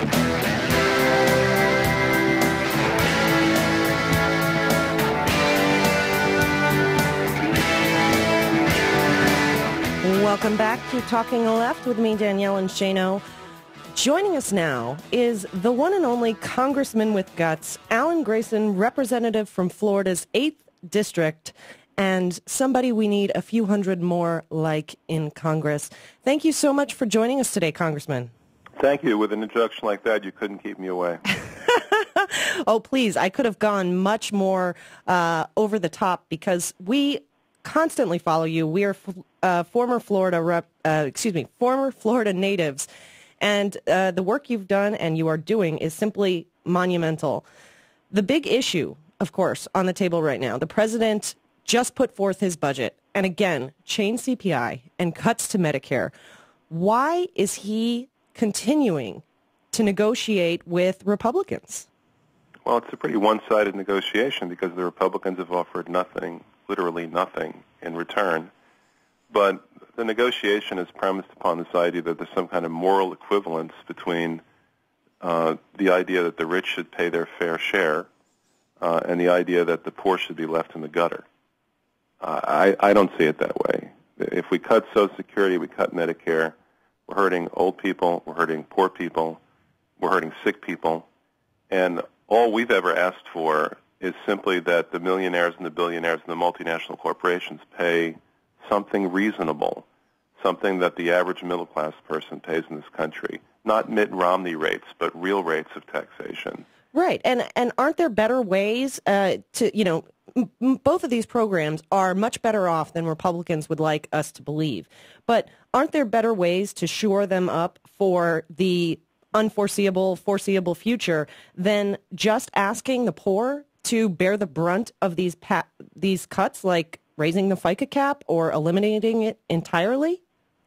Well, the answer is yes, but let's talk about the basic situation first. The basic situation is that under current law and current projections, the Social Security Administration can pay every single benefit to every single beneficiary for the next 24 years.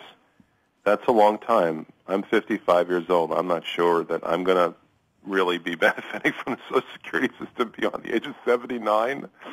But then after that point, it gets interesting. After that point, if you listen to Republicans, you hear, well, the system's bankrupt and it's all going to come crashing down. That's not true. That's simply not the case. Even after that point, the Social Security Administration can pay, we're talking about 25 years from now, at least 75% of the benefits to all the beneficiaries, all the eligible beneficiaries, until the end of time.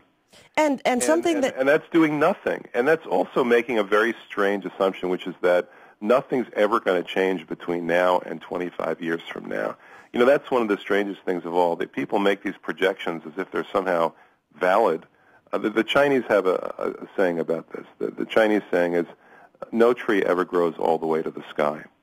And yet we're just pushing out those lines as if we actually know what life is going to be like, what circumstances are going to be like in the year 2037 and 2038. We don't. I mean, we have to sort of acknowledge our own ignorance when it comes to that sort of thing. Let's deal with problems as they are right now, rather than absolutely obsessing over what might or might not happen in the year 2038. And, of course, the elephant in the room, no pun intended, speaking in about Republicans, but they want Americans to believe that Social Security contributes to the debt and the deficit when, in fact, that isn't the case to begin with. They are going after a program that has no impact on the debt they keep complaining about.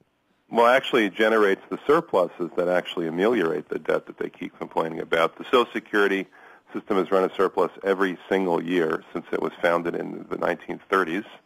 It now has a combined cumulative surplus, money in the bank, of $1.9 trillion, which makes it the largest sovereign wealth fund in the entire world. Why anybody would think that we need to cut benefits when the circumstances are that way is inexplicable, except for the fact that, you know, let's face it, Republicans just don't like the idea that we take care of ourselves, that we get together and decide that we're not going to let old people starve, that we're not going to let old people die. They just don't like that idea. Yeah. They're intrinsically hostile to the audience here. How dare us even have those beliefs? How dare us even have those beliefs? We are speaking with Congressman Alan Grayson. I think most people know of you simply by that name. But you have also started a No Cuts campaign. I saw on that website, no-cuts.com, you were originally looking for 100,000 signatures and have since come up with nearly 300,000. Isn't that a clear sign that the people are standing with you in this fight against any cuts to the social safety net?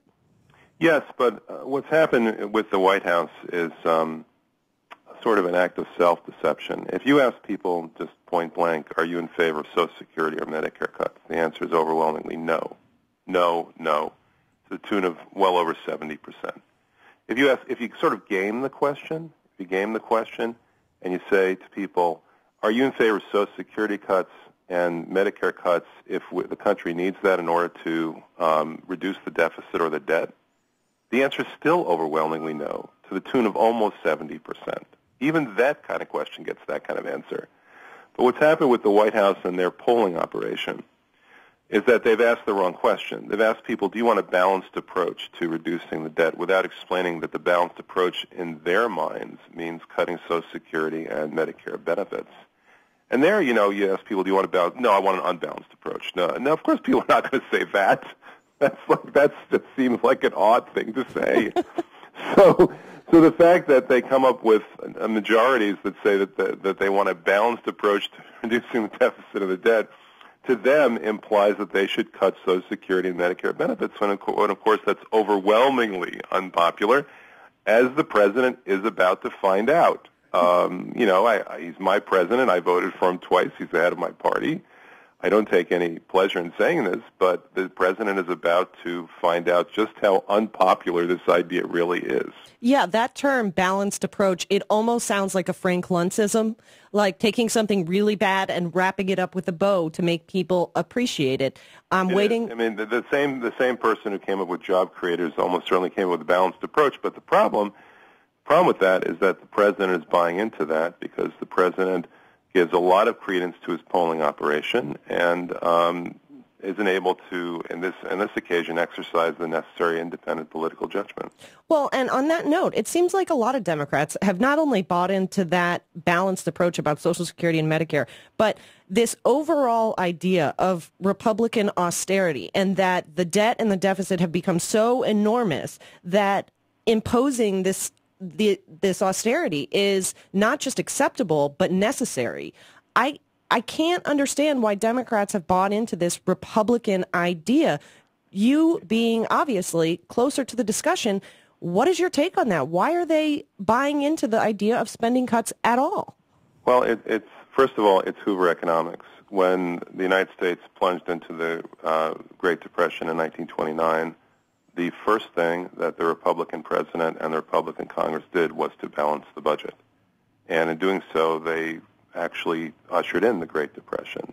What was initially a paper loss of gains that never existed in the first place on Wall Street transformed itself into 25% unemployment over the course of 3 years because of economic mismanagement.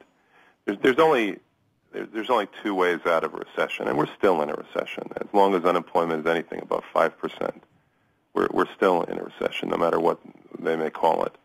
And the only two ways to do that are for the government to print and spend, basically what we've actually been doing for the past 3 or 4 years, which has had some positive effect. We're printing money and we're spending it. And the Fed is doing that and doing it in obvious ways. They're printing money and buying housing bonds. They're printing money and buying treasuries. If you look at their balance sheet has gone from $1 trillion to almost $3 trillion in the course of the past 5 years because they're manufacturing money out of thin air and then using it to buy assets. Unfortunately, they're not using it to extend credit to Americans, which would actually make a difference. They're actually just using it to buy assets, but that is having some ameliorating effect on the economy. The other way is to borrow and spend, which, by the way, is known as the federal deficit. That is one of the only two ways you get out of a recession, and we've known this now since John Maynard Keynes, the famous economist, pointed it out in 1938.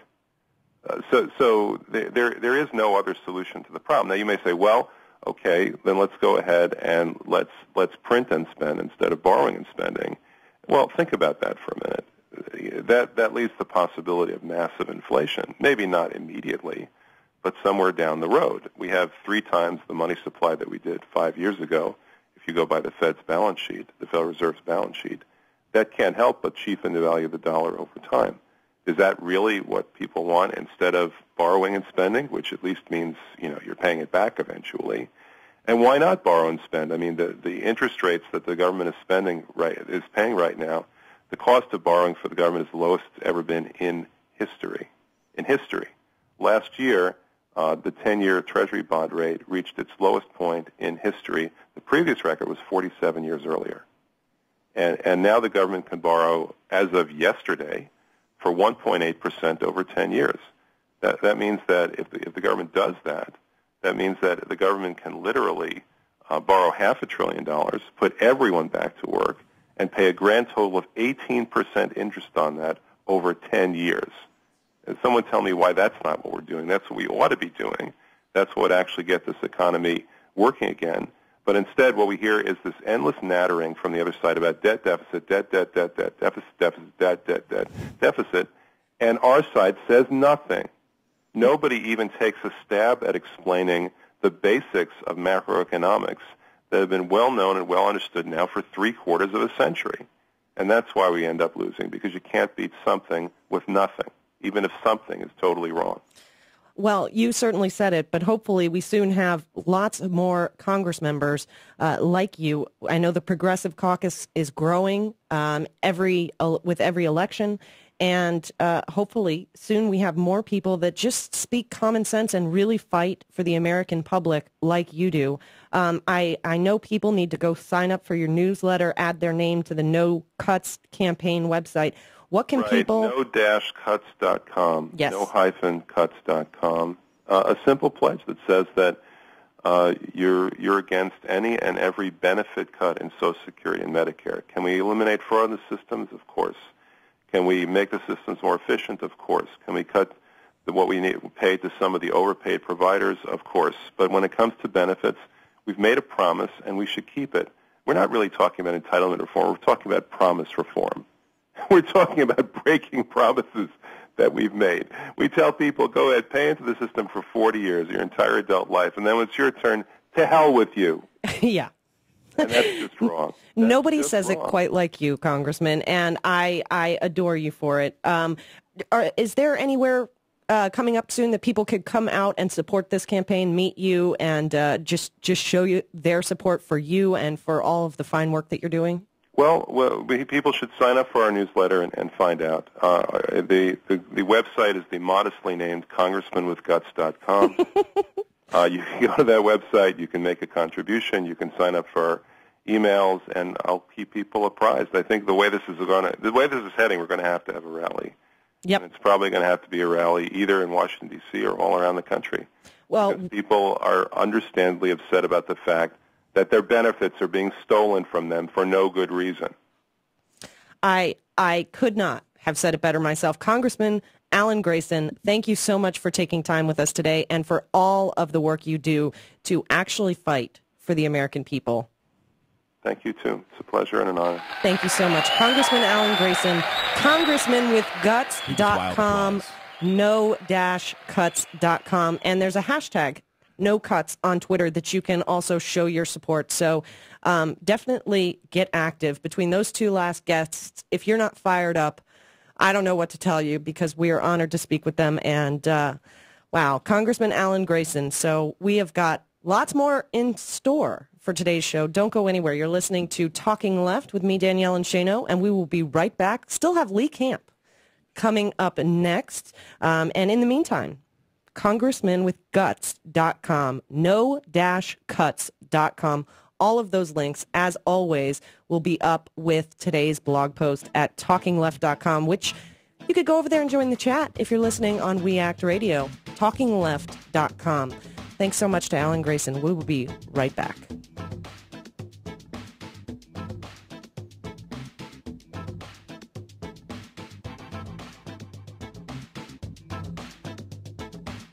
I've seen the show. It's excellent. It's Talking Left with Danielle and Shano.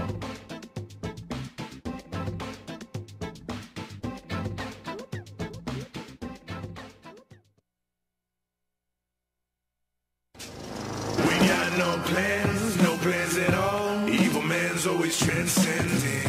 Fighter like sheep, swallow everything. Always simpletons or pretending. This is your moment of clarity from LeeCamp.net. So let me pose a hypothetical. Imagine you were a corporation that produced genetically modified foods and seeds that could possibly give people symptoms that are less fun than having a dirty bomb in your pants.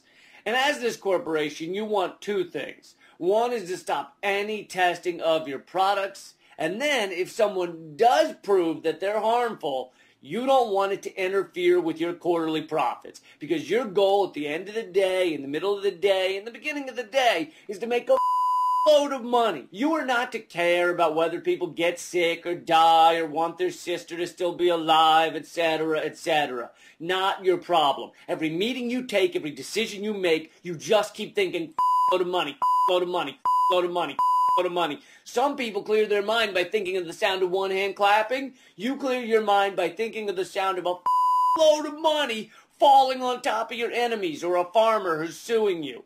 That sound would probably be,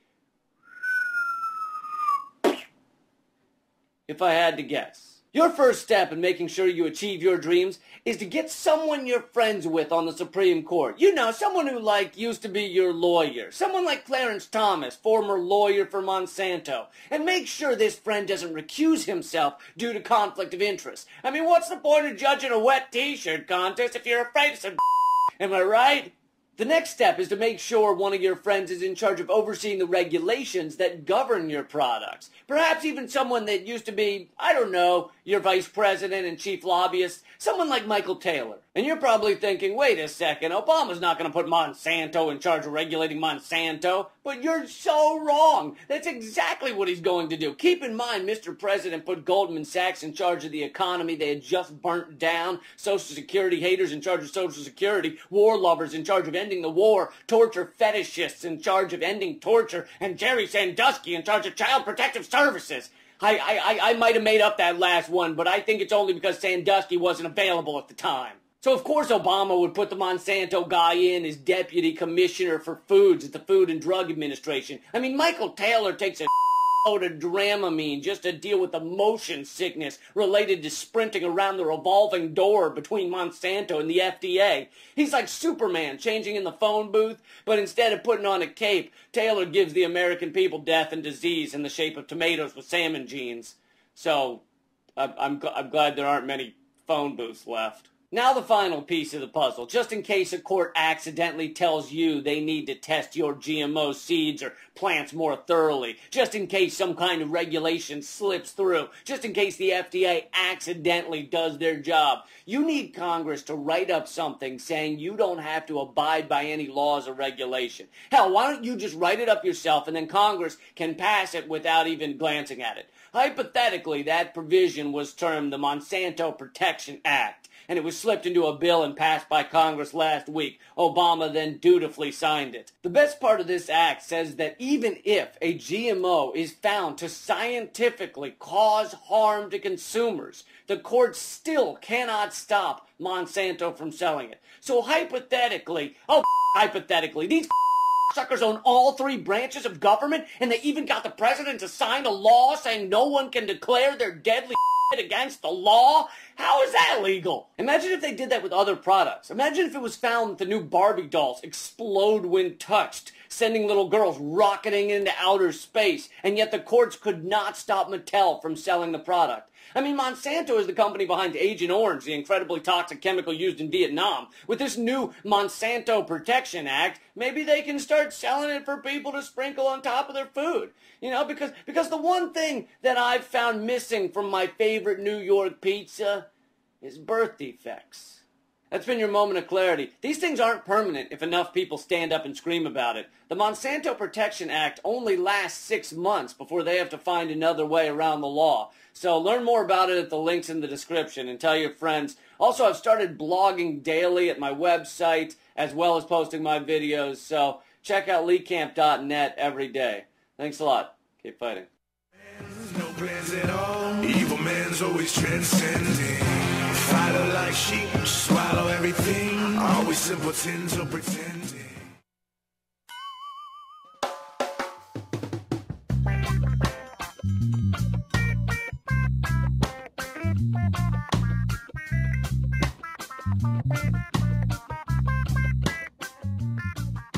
You're listening to Talking Left with Danielle and Shano. Welcome back to Talking Left with me, Danielle and Shano. Many thanks to our awesome guests so far. Mark Potok, Tim Carpenter, Alan Grayson. Thanks to Dano Music, our new... That's Dano Music? Dano Songs. Dano Songs. We will...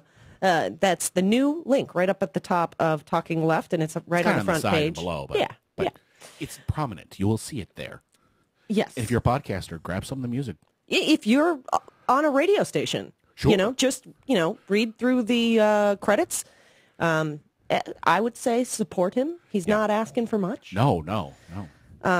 And many people heard this week was the 45th anniversary of the assassination of Dr. Martin Luther King, a civil rights icon, one of the 10 most cherished Americans in history.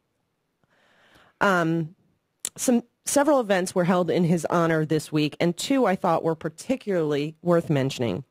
In Memphis, Tennessee, where Dr. King was killed, union demonstrators marched to the National Civil Rights Museum in honor of MLK and to call for more rights to unionize and better working conditions, something that Dr. King fought for and also advocated for. Workers' rights are civil rights. Yes, they are. And in this I thought was really cool. And I think this plays into so many aspects of our culture today.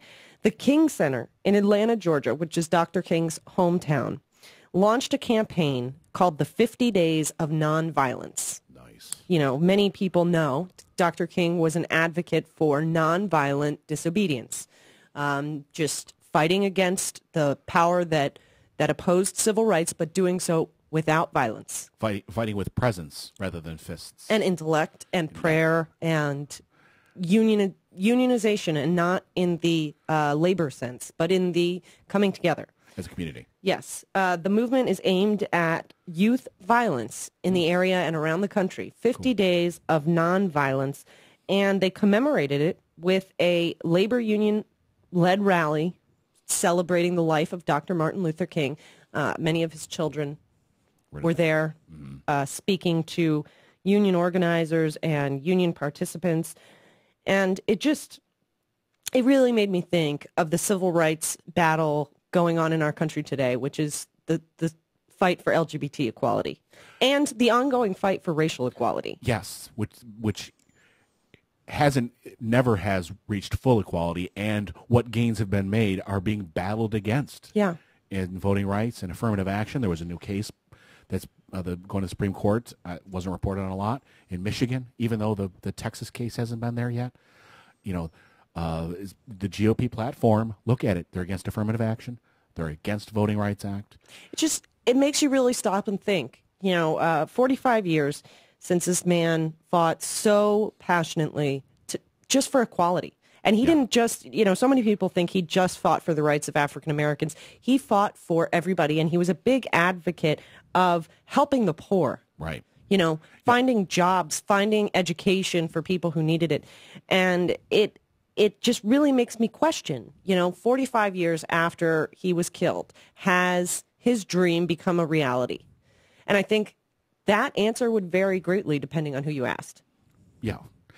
A lot of what he talked about is actually some of the stuff I've borrowed from him, that when you give freedom and liberty and rights to other people, it's not a finite amount. It's not a zero-sum game, that when more people have more rights, you yourself are freer, that everybody is freer as a society. And that's a lot of what he talked about. So, yes, racial civil rights were part of what he was talking about, but he talked about rights for everybody. Yeah, and the wealth and I can answer that. Have we reached that? Absolutely not. Right. Absolutely not. And in some ways, how. In some ways, we're moving in the wrong direction. Sure. Look at the wealth inequality gap. Yeah. Yeah. But that doesn't mean we can't keep fighting. It makes me want to call back to what we discussed at the beginning of the show, the girls in Georgia fighting for their first integrated prom in 2013. 4 girls fighting the school, fighting to raise money to have an integrated prom so that they, these girls are different races. They just want to go to prom with their friends. Wow. That's all they want. And they're having to do this on their own. I just want to remind everybody they can go to facebook.com/integrated prom. And there's a support link. You can like them if you feel so inclined. Yeah, feel so inclined. You can donate to their efforts. It seems like something... And there's moral support that can be given too. Yes. How about just leave them a message that you really support what they're doing? Rock on. And it's inspirational in their small way. They're fighting to make a difference, just as Dr. King did in such a big way. We're going to be speaking next with comedian and activist extraordinaire and our friend Lee Camp. You could check out his podcast and his new show, Moments of Clarity, at leecamp.net. So don't go anywhere. You're listening. Great looking set. A really cool set. I'm jealous. You got a pretty nice one, too. We got a pretty good set, and I'm still jealous. This is just cool. It's very Lee. Yes, it's very Lee. But we're going to be talking to him next, so don't go anywhere. You're listening to Talking Left with me, Danielle and Shano. Lee Camp coming up. Stick around. So, who is responsible for these outrages? It's Talking Left with Danielle and Shano.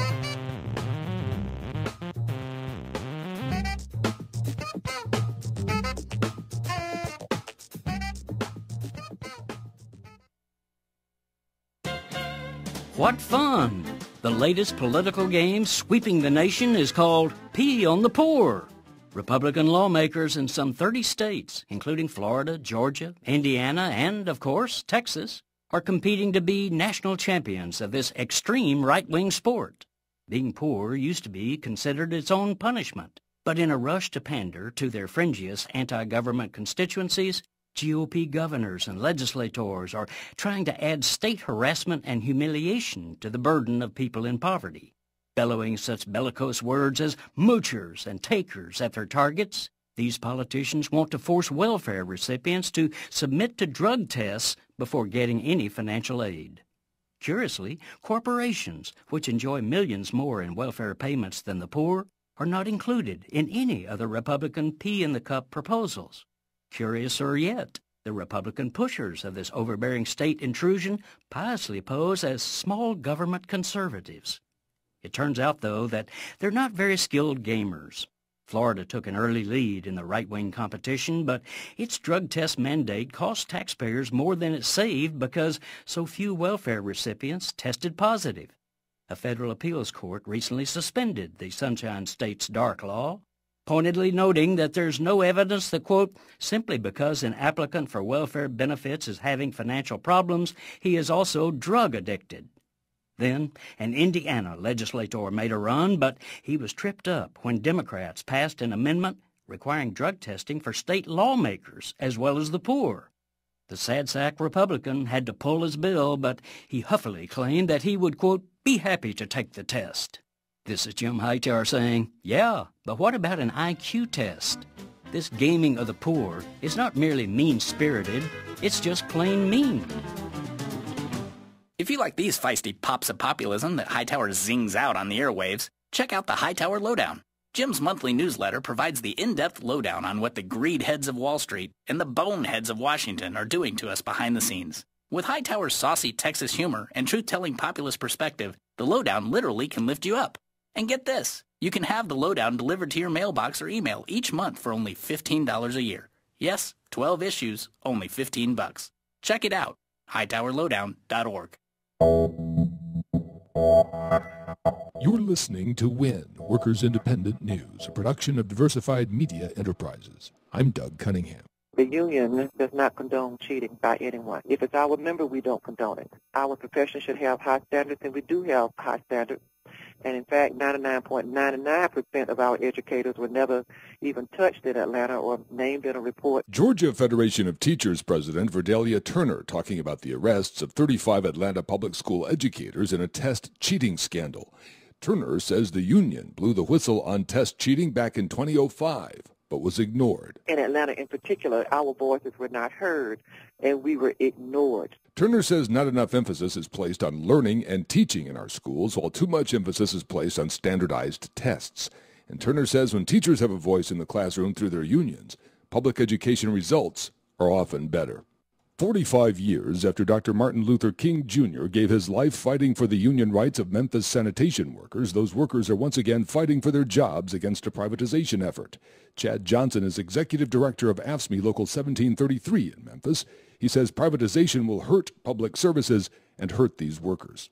We're standing up for basic services for all citizens. We're standing up also that no matter what job you have, you should be paid a decent wage, decent benefits, and have decent working conditions. It's that simple. And that unfortunately, we have the powerful in Memphis have forgotten the lessons from 1968, and we're going to remind them. This is an effort to bust a union in what many call the heart and soul of the union movement, because what happened in 1968 was that rare, perfect example that civil rights are labor rights. Hundreds of fast food workers in New York City walked off their jobs Thursday demanding higher wages and the right to form a union without intimidation. Chicago's Workers' Organizing Committee stands in solidarity with the New York City workers. The New York City fast food workers say they work for corporations that reap huge profits, while the workers who make those profits possible struggle with wages they can't live on. More information on the New York City fast food workers movement is available at fastfoodforward.org. Utility workers in Glendale, California are asking for mediators to be brought in to help end a contract dispute with the city. The International Brotherhood of Electrical Workers, Local 18, were denied a request for mediators by the city, a decision that was agreed with by California's Public Employee Relations Board. The city argues that Glendale water and power workers applied too late for a mediator. The IBEW argues that the board didn't correctly interpret the law, so they filed a lawsuit with the Los Angeles Superior Court judge.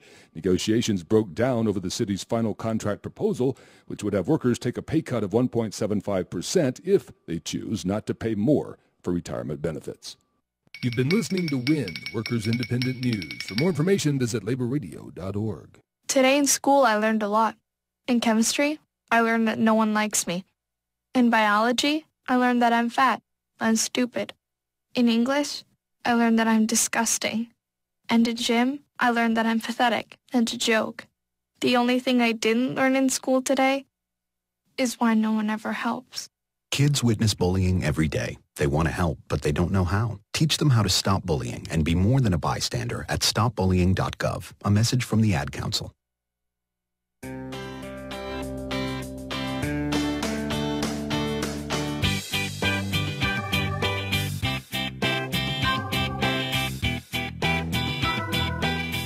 You're listening to Talking Left with Danielle and Shano. Welcome back to Talking Left with me, Danielle and Shano. Joining us now is our friend, an amazing comedian and activist extraordinaire, and host of the new Moments of Clarity show, Lee Camp. How you doing this morning, Lee? Hey, guys. I'm doing all right. How you doing? We are doing well. Thank you so much for joining us. We checked out the new show. I mean, we're big fans of the Moment of Clarity podcast. The show is amazing, and as I was telling you before we came on air, I'm really jealous of your really cool set. How's it going? Are you enjoying doing the new format? Yeah, I love it. We're getting ready to do a Kickstarter to try and keep it going because it does cost some money to do it like that. But it's funny, though, the set is actually just the Prohibition-era basement of the building where Coalition Films has their offices. Really? It looks like something you had built. It looks totally you, like just unique and laid back and funky and yet really intelligent. Well done. It looks like where corporate TV would prefer I do my comedy, I think. So, one of your recent Moment of Clarity podcasts, we actually played it here on a break a couple weeks ago, and we spoke with you about it, is called U.S. Government Found Guilty of Murdering Martin Luther King Jr. Now, the 45th anniversary of his assassination just passed, and I think still today, when anybody brings up that subject, it's talked about like it's conspiracy theory, but your podcast, your Moment of Clarity, is that it in fact is not. Can you explain that a little bit? Yeah. One thing I should say at the beginning is if perhaps the only thing that I know that I got wrong is actually the word guilty is not used in civil trials, so it's actually found, I don't know, culpable or responsible or anything. But other than that, it's all point of fact. It's all in public record, and there was a 1999 civil trial. It's the only trial that has ever been done on the Martin Luther King assassination. There were 70 witnesses, including Lloyd Jowers, who owned the grill across from where Martin Luther King was shot, and said not that he pulled the trigger, but that he was involved in hiding the rifle and various other things, so that he, a first-hand witness of the assassination. And it was the King family. The civil trial was the King family versus Lloyd Jowers and unknown co-conspirators, and it basically came out that the government is, at least in this civil trial, found responsible. And people want to, the critics want to say, oh, well, civil trial burden of proof is lower and those kind of things. And it's like, okay, well, maybe it is a little lower, but, don't blame me. I'm quoting the only trial that's ever been done on Martin Luther King's assassination, and there were 70 witnesses, and there was a jury, and this is what they came up with. Yeah, and yes, the bar for civil trial is lower. It's the preponderance of evidence versus, without beyond a reasonable doubt. But it's still the preponderance of evidence. It's still the overwhelming amount of evidence leaned in one direction. I mean, think of Which at the very least brings it above a conspiracy theory. Right. But think of the O.J. Simpson trial. I mean, come on. Like, anybody around here doesn't believe he was guilty, but the criminal case found him innocent. The civil case, with that slightly lower bar, was able to say, yes, he was guilty. I mean, this is culpable. Okay. I'll use the correct term. Lee, how on earth did you find this information? Well, I had heard kind of whiffs of it. Every once in a while, someone unusual will mention it, but it's amazing how little it got covered at the time and even to this date. And, people are, I think that's why the video did so well, which people can check out at my YouTube or leecamp.net. But it's people are just amazed by it because it didn't get covered at the time. It's not getting covered now. And, some people go, actually, it did get covered. You can find it you can Google it and find it in the New York Times. It got one mention at the time, 1999, in page 12 of the New York Times or whatever. That's not exactly covering it. When the O.J. Simpson trial gets 24-hour coverage for an entire year, and we're talking one little mention in the back of the New York Times, that's not exactly covering it in a way that people can remember or know it happened. And so apparently there was one reporter there that was for a local Memphis paper or something. It's tremendous that this was so ignored. It really is. I mean, just recently in this week, in talk about, Martin Luther King's great work and hearing clips of the amazing things he said, I heard in the discussion these type of suggestions, and they were typically dismissed as conspiracy theories. And all I could do was think back to your video and think back to the fact that 13 years ago, there was an actual trial, the only trial ever to have occurred. And it validates these suggestions. They are not conspiracy theories.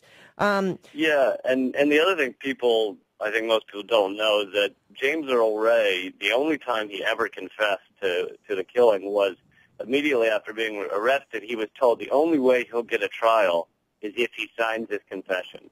And, not being the brightest man in the world, and he was told by whatever lawyer had been assigned to him that it was a good idea and that it's the only way he would get a trial. So he then signs his confession thinking he'll get a trial.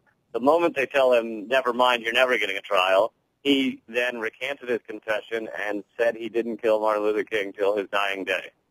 So even the King family did not believe he had killed him, and there's video of King's son shaking hands with James Earl Ray and apologizing for his time in prison.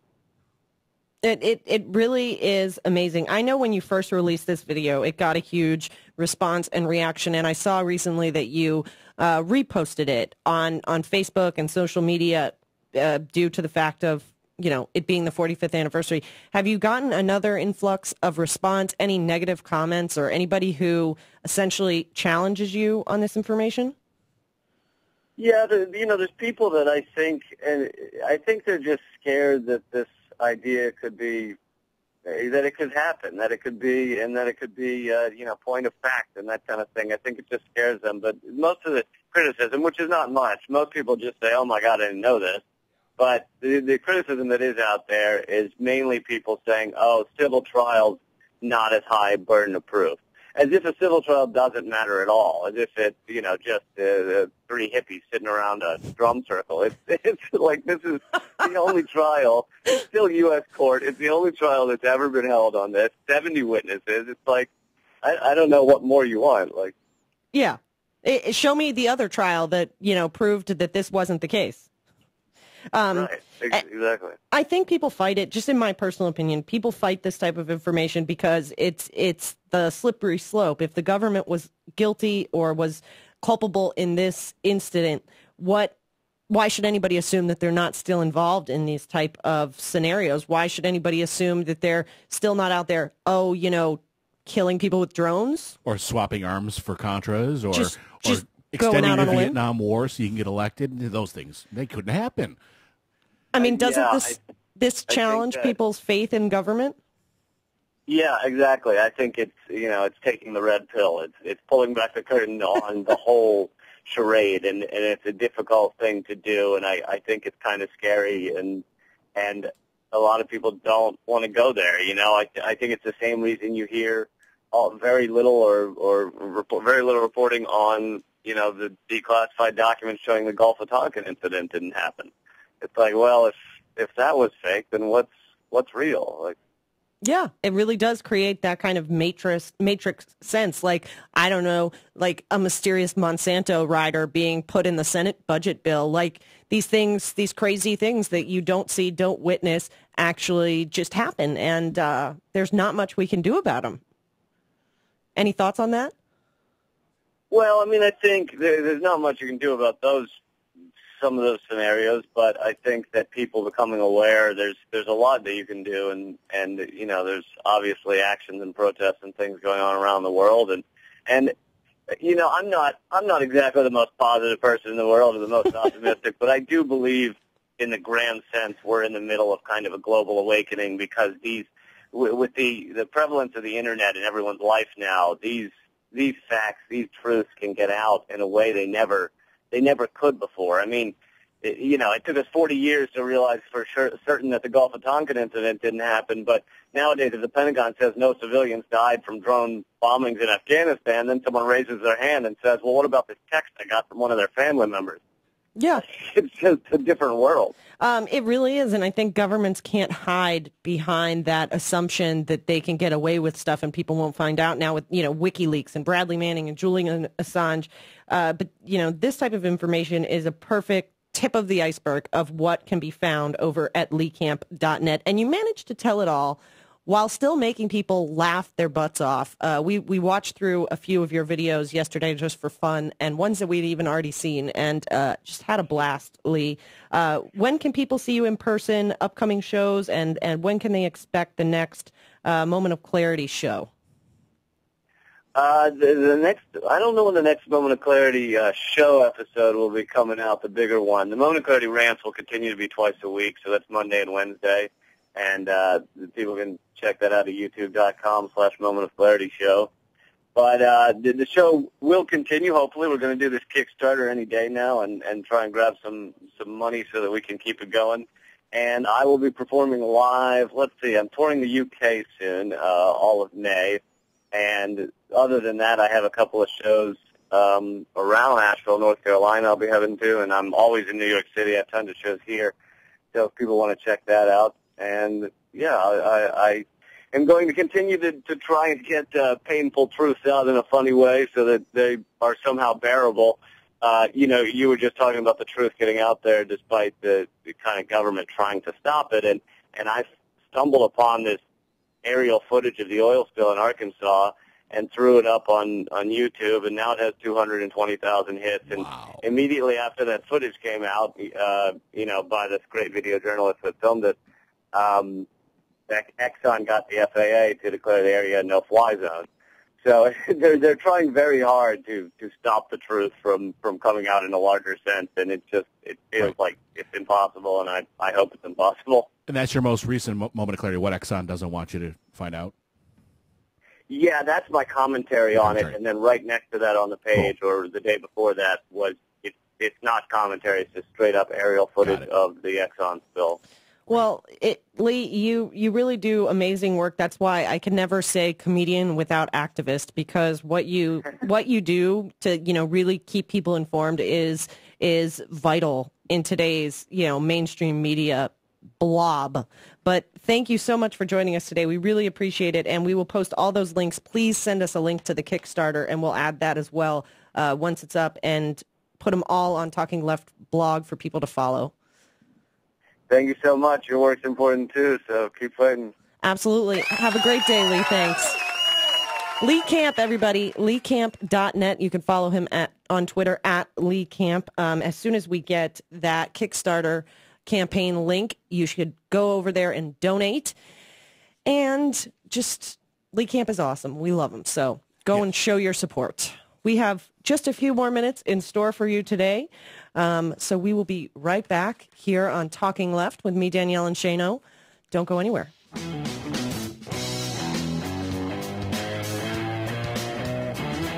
Yeah, sorry about that. The show's gotten a little lowbrow. What are you talking about? It's like the most hilarious show ever. It's Talking Left with Danielle and Shano.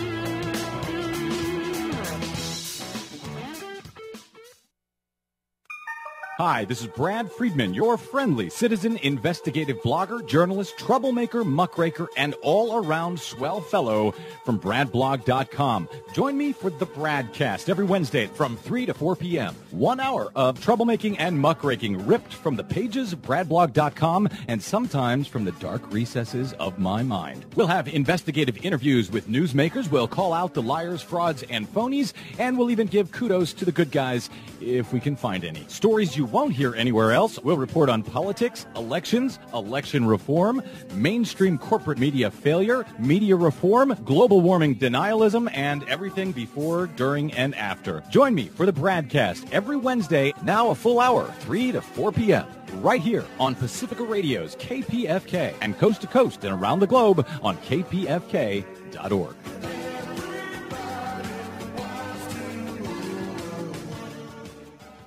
You're listening to and watching Filter Free Radio. Filter Free Radio. Filter Free Radio with Jacob Dean and Skeptical Scott. Jacob Dean. With Jacob Dean and Skeptical Scott. It's a redefining of the issue of not just the fact that, oh, it's my fault, I need to go buy a Prius. I should get an electric car. No, it's my fault for not stopping car culture as a whole. We don't need cars. I should have far greater technology right now than the internal combustion engine. It's a 100-year-old technology. Where is my jetpack? Exactly. But you get the point. The issue is far larger than just recycling or driving a hybrid. It's stopping the manufacturing of these systems, these industries. They need to stop. We will never have national health care guaranteed as a right for all as long as we have insurance companies that make money off of us. So the insurance companies need to go away. We don't need insurance companies. We need health care. It's the whole health insurance reform. What a lie that is, because we need health care reform. And the list goes on. So it's redefining the issue and redefining the argument. FilterFreeRadio.com. Would you like to secure stable employment, affordable, high-quality child care, or an opportunity to serve your community through meaningful volunteer and internship experiences? If so, UPO is the place for you. Hello, I'm Andrea Thomas, Vice President of Administration and Chief of Staff for UPO. As the Community Action Agency for Washington, D.C., UPO has proudly served the residents of Washington for the past 50 years.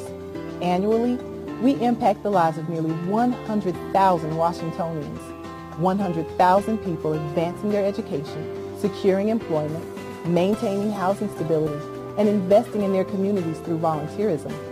Our vision is a Washington of thriving communities and self-sufficient residents. To learn more about our services and how you can partner with us or donate, visit us at www.upo.org. UPO, where we are uniting people with opportunities. Hi, this is Tim Cormall from The Tim Cormall Show. Join me and my guests most weeks for a progressive roundtable discussion about politics, news, and other fun topics. We laugh a lot about the hilarious antics of the right-wing nutjobs, as well as have serious discussions about issues affecting all of our lives. You can check out The Tim Cormall Show at timcormall.com, and you can subscribe to the show for free in iTunes by searching for The Tim Cormall Show. You can also follow me on Twitter at twitter.com/Tim Cormall. That's CORRIMAL. So come on over and join in the fun at timcormall.com. Hey! Are you living in a progressive talk void? If so, be sure to visit leftwingradiostations.com. The state-by-state listing is a quick and easy way to find any left-wing talk radio station across America, from sea to shining sea. Your progressive talk nirvana is only a click away at leftwingradiosstations.com. Be sure to like Left Wing Radio Stations on Facebook and share it with your friends. leftwingradiosstations.com. United we stand. SoFloRadio.com remains on the air with free archives thanks to the support of our listeners. Help keep us on the air by clicking the donate button on SoFloRadio.com. And thank you for your generous support. I don't want to see your face around here. The time isn't right for you. I said the time isn't right. Welcome back to Talking Left with me, Danielle and Shano. Thank you wherever you've been listening to the show. SoFlo Radio, RadioOrNot.com, Progressive Blend Radio, or, of course, We Act Radio, 1480 AM, WPWC in Washington, D.C. We learned this week that a liberal icon and amazing movie critic, Roger Ebert, passed away at the age of 70. A movie icon, and he's more of the movie icon. I don't know, liberal icon. He got pretty political towards the end, but he's more known as the movie part. Well, I'd say some of both. Especially he survived a battle with cancer for many years and finally succumbed to that fight. But he lost his voice because of that cancer and took to Twitter, where he really did get involved in political issues and had a following that, probably differed a lot from the following he had throughout his life because of the demographics of Twitter. But there was a great piece over on Think Progress by Alyssa Rosenberg, the Alyssa section of Think Progress, that had some of Ebert's amazing quotes over the years. And some of them were just really so insightful and so interesting to read. Obviously not being from Chicago, we don't get the Sun Times and don't read those movie critiques. But I really loved what he said about Guess Who's Coming to Dinner. Have you ever seen the movie, Shane? I have. For people who haven't seen it, it's essentially a very it's an interesting movie about a young couple, an interracial couple, and their families suddenly learning about this relationship and how they have to adjust. Meet the parents. Right. And Ebert's quote about it is, what it boils down to then is that the two fathers, this is at a dinner where they address the interracial relationship, the two fathers are overcome by implied attacks on their masculinity. The race question becomes secondary. What Tracy really has to decide is if he feels inadequate as a man. He goes on to say, the woman in the audience can usually be counted on to identify with the love story, I suppose. But what about those men? Will love conquer prejudice? I wonder if Kramer isn't sneaking up on one of those underlying causes of racial prejudice when he implies that the fathers feel their masculinity is threatened. Interesting. Isn't it? It's really intuitive. Like why that these fathers are against the interracial relationship, not because of racial undertones or societal norms or any of it, but specifically, is their masculinity challenged? I think that's really interesting, and it just hadn't even ever occurred to me. Nor me. Yeah. He also challenges Gone with the Wind because his own critique, as well as many others, basically said the movie ignores racial inequality and the treatment of slaves throughout the South. And he says a politically correct Gone with the Wind would not be worth making and might largely be a lie. You know, going into the movie is about the art and the interrelationships between the characters, which include Mammy, a complex and interesting character that is African-American in Gone with the Wind. So just so intuitive and insightful to read some of these quotes. He compares Gone with the Wind, or Alyssa compares Gone with the Wind and his critique of it to many people's condemning of Zero Dark 30, which is interesting because I've never seen that. Basically saying that it wouldn't be possible to make a politically correct Zero Dark 30. Right. But it's important to not even. It's important to tell the reality of. Yeah. You know.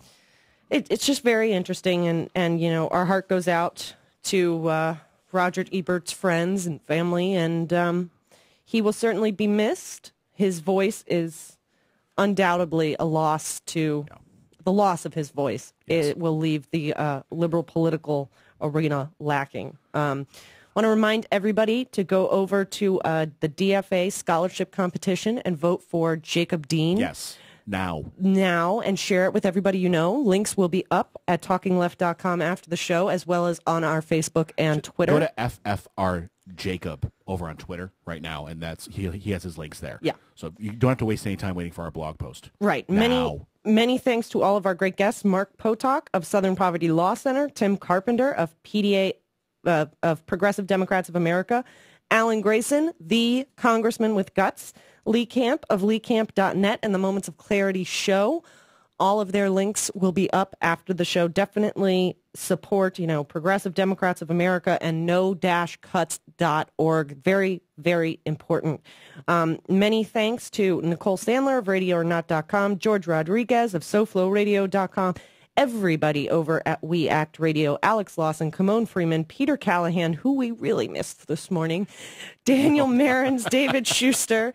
Thanks to our new friend Dano Songs for the great royalty-free music, to Rocky Mountain Mike for our amazing intro music, and of course, thanks to all the listeners. You guys are the reason that we do what we do, and I hope you enjoyed today's program. We will be back next week with more. You can always follow us on Twitter at Talking Left and join the Facebook page at Facebook.com/Talking Left. If you're listening over on We Act, stay tuned for Mark Levine. He'll be up next with a great show. So don't go anywhere. Thanks so much, guys. We'll see you next week.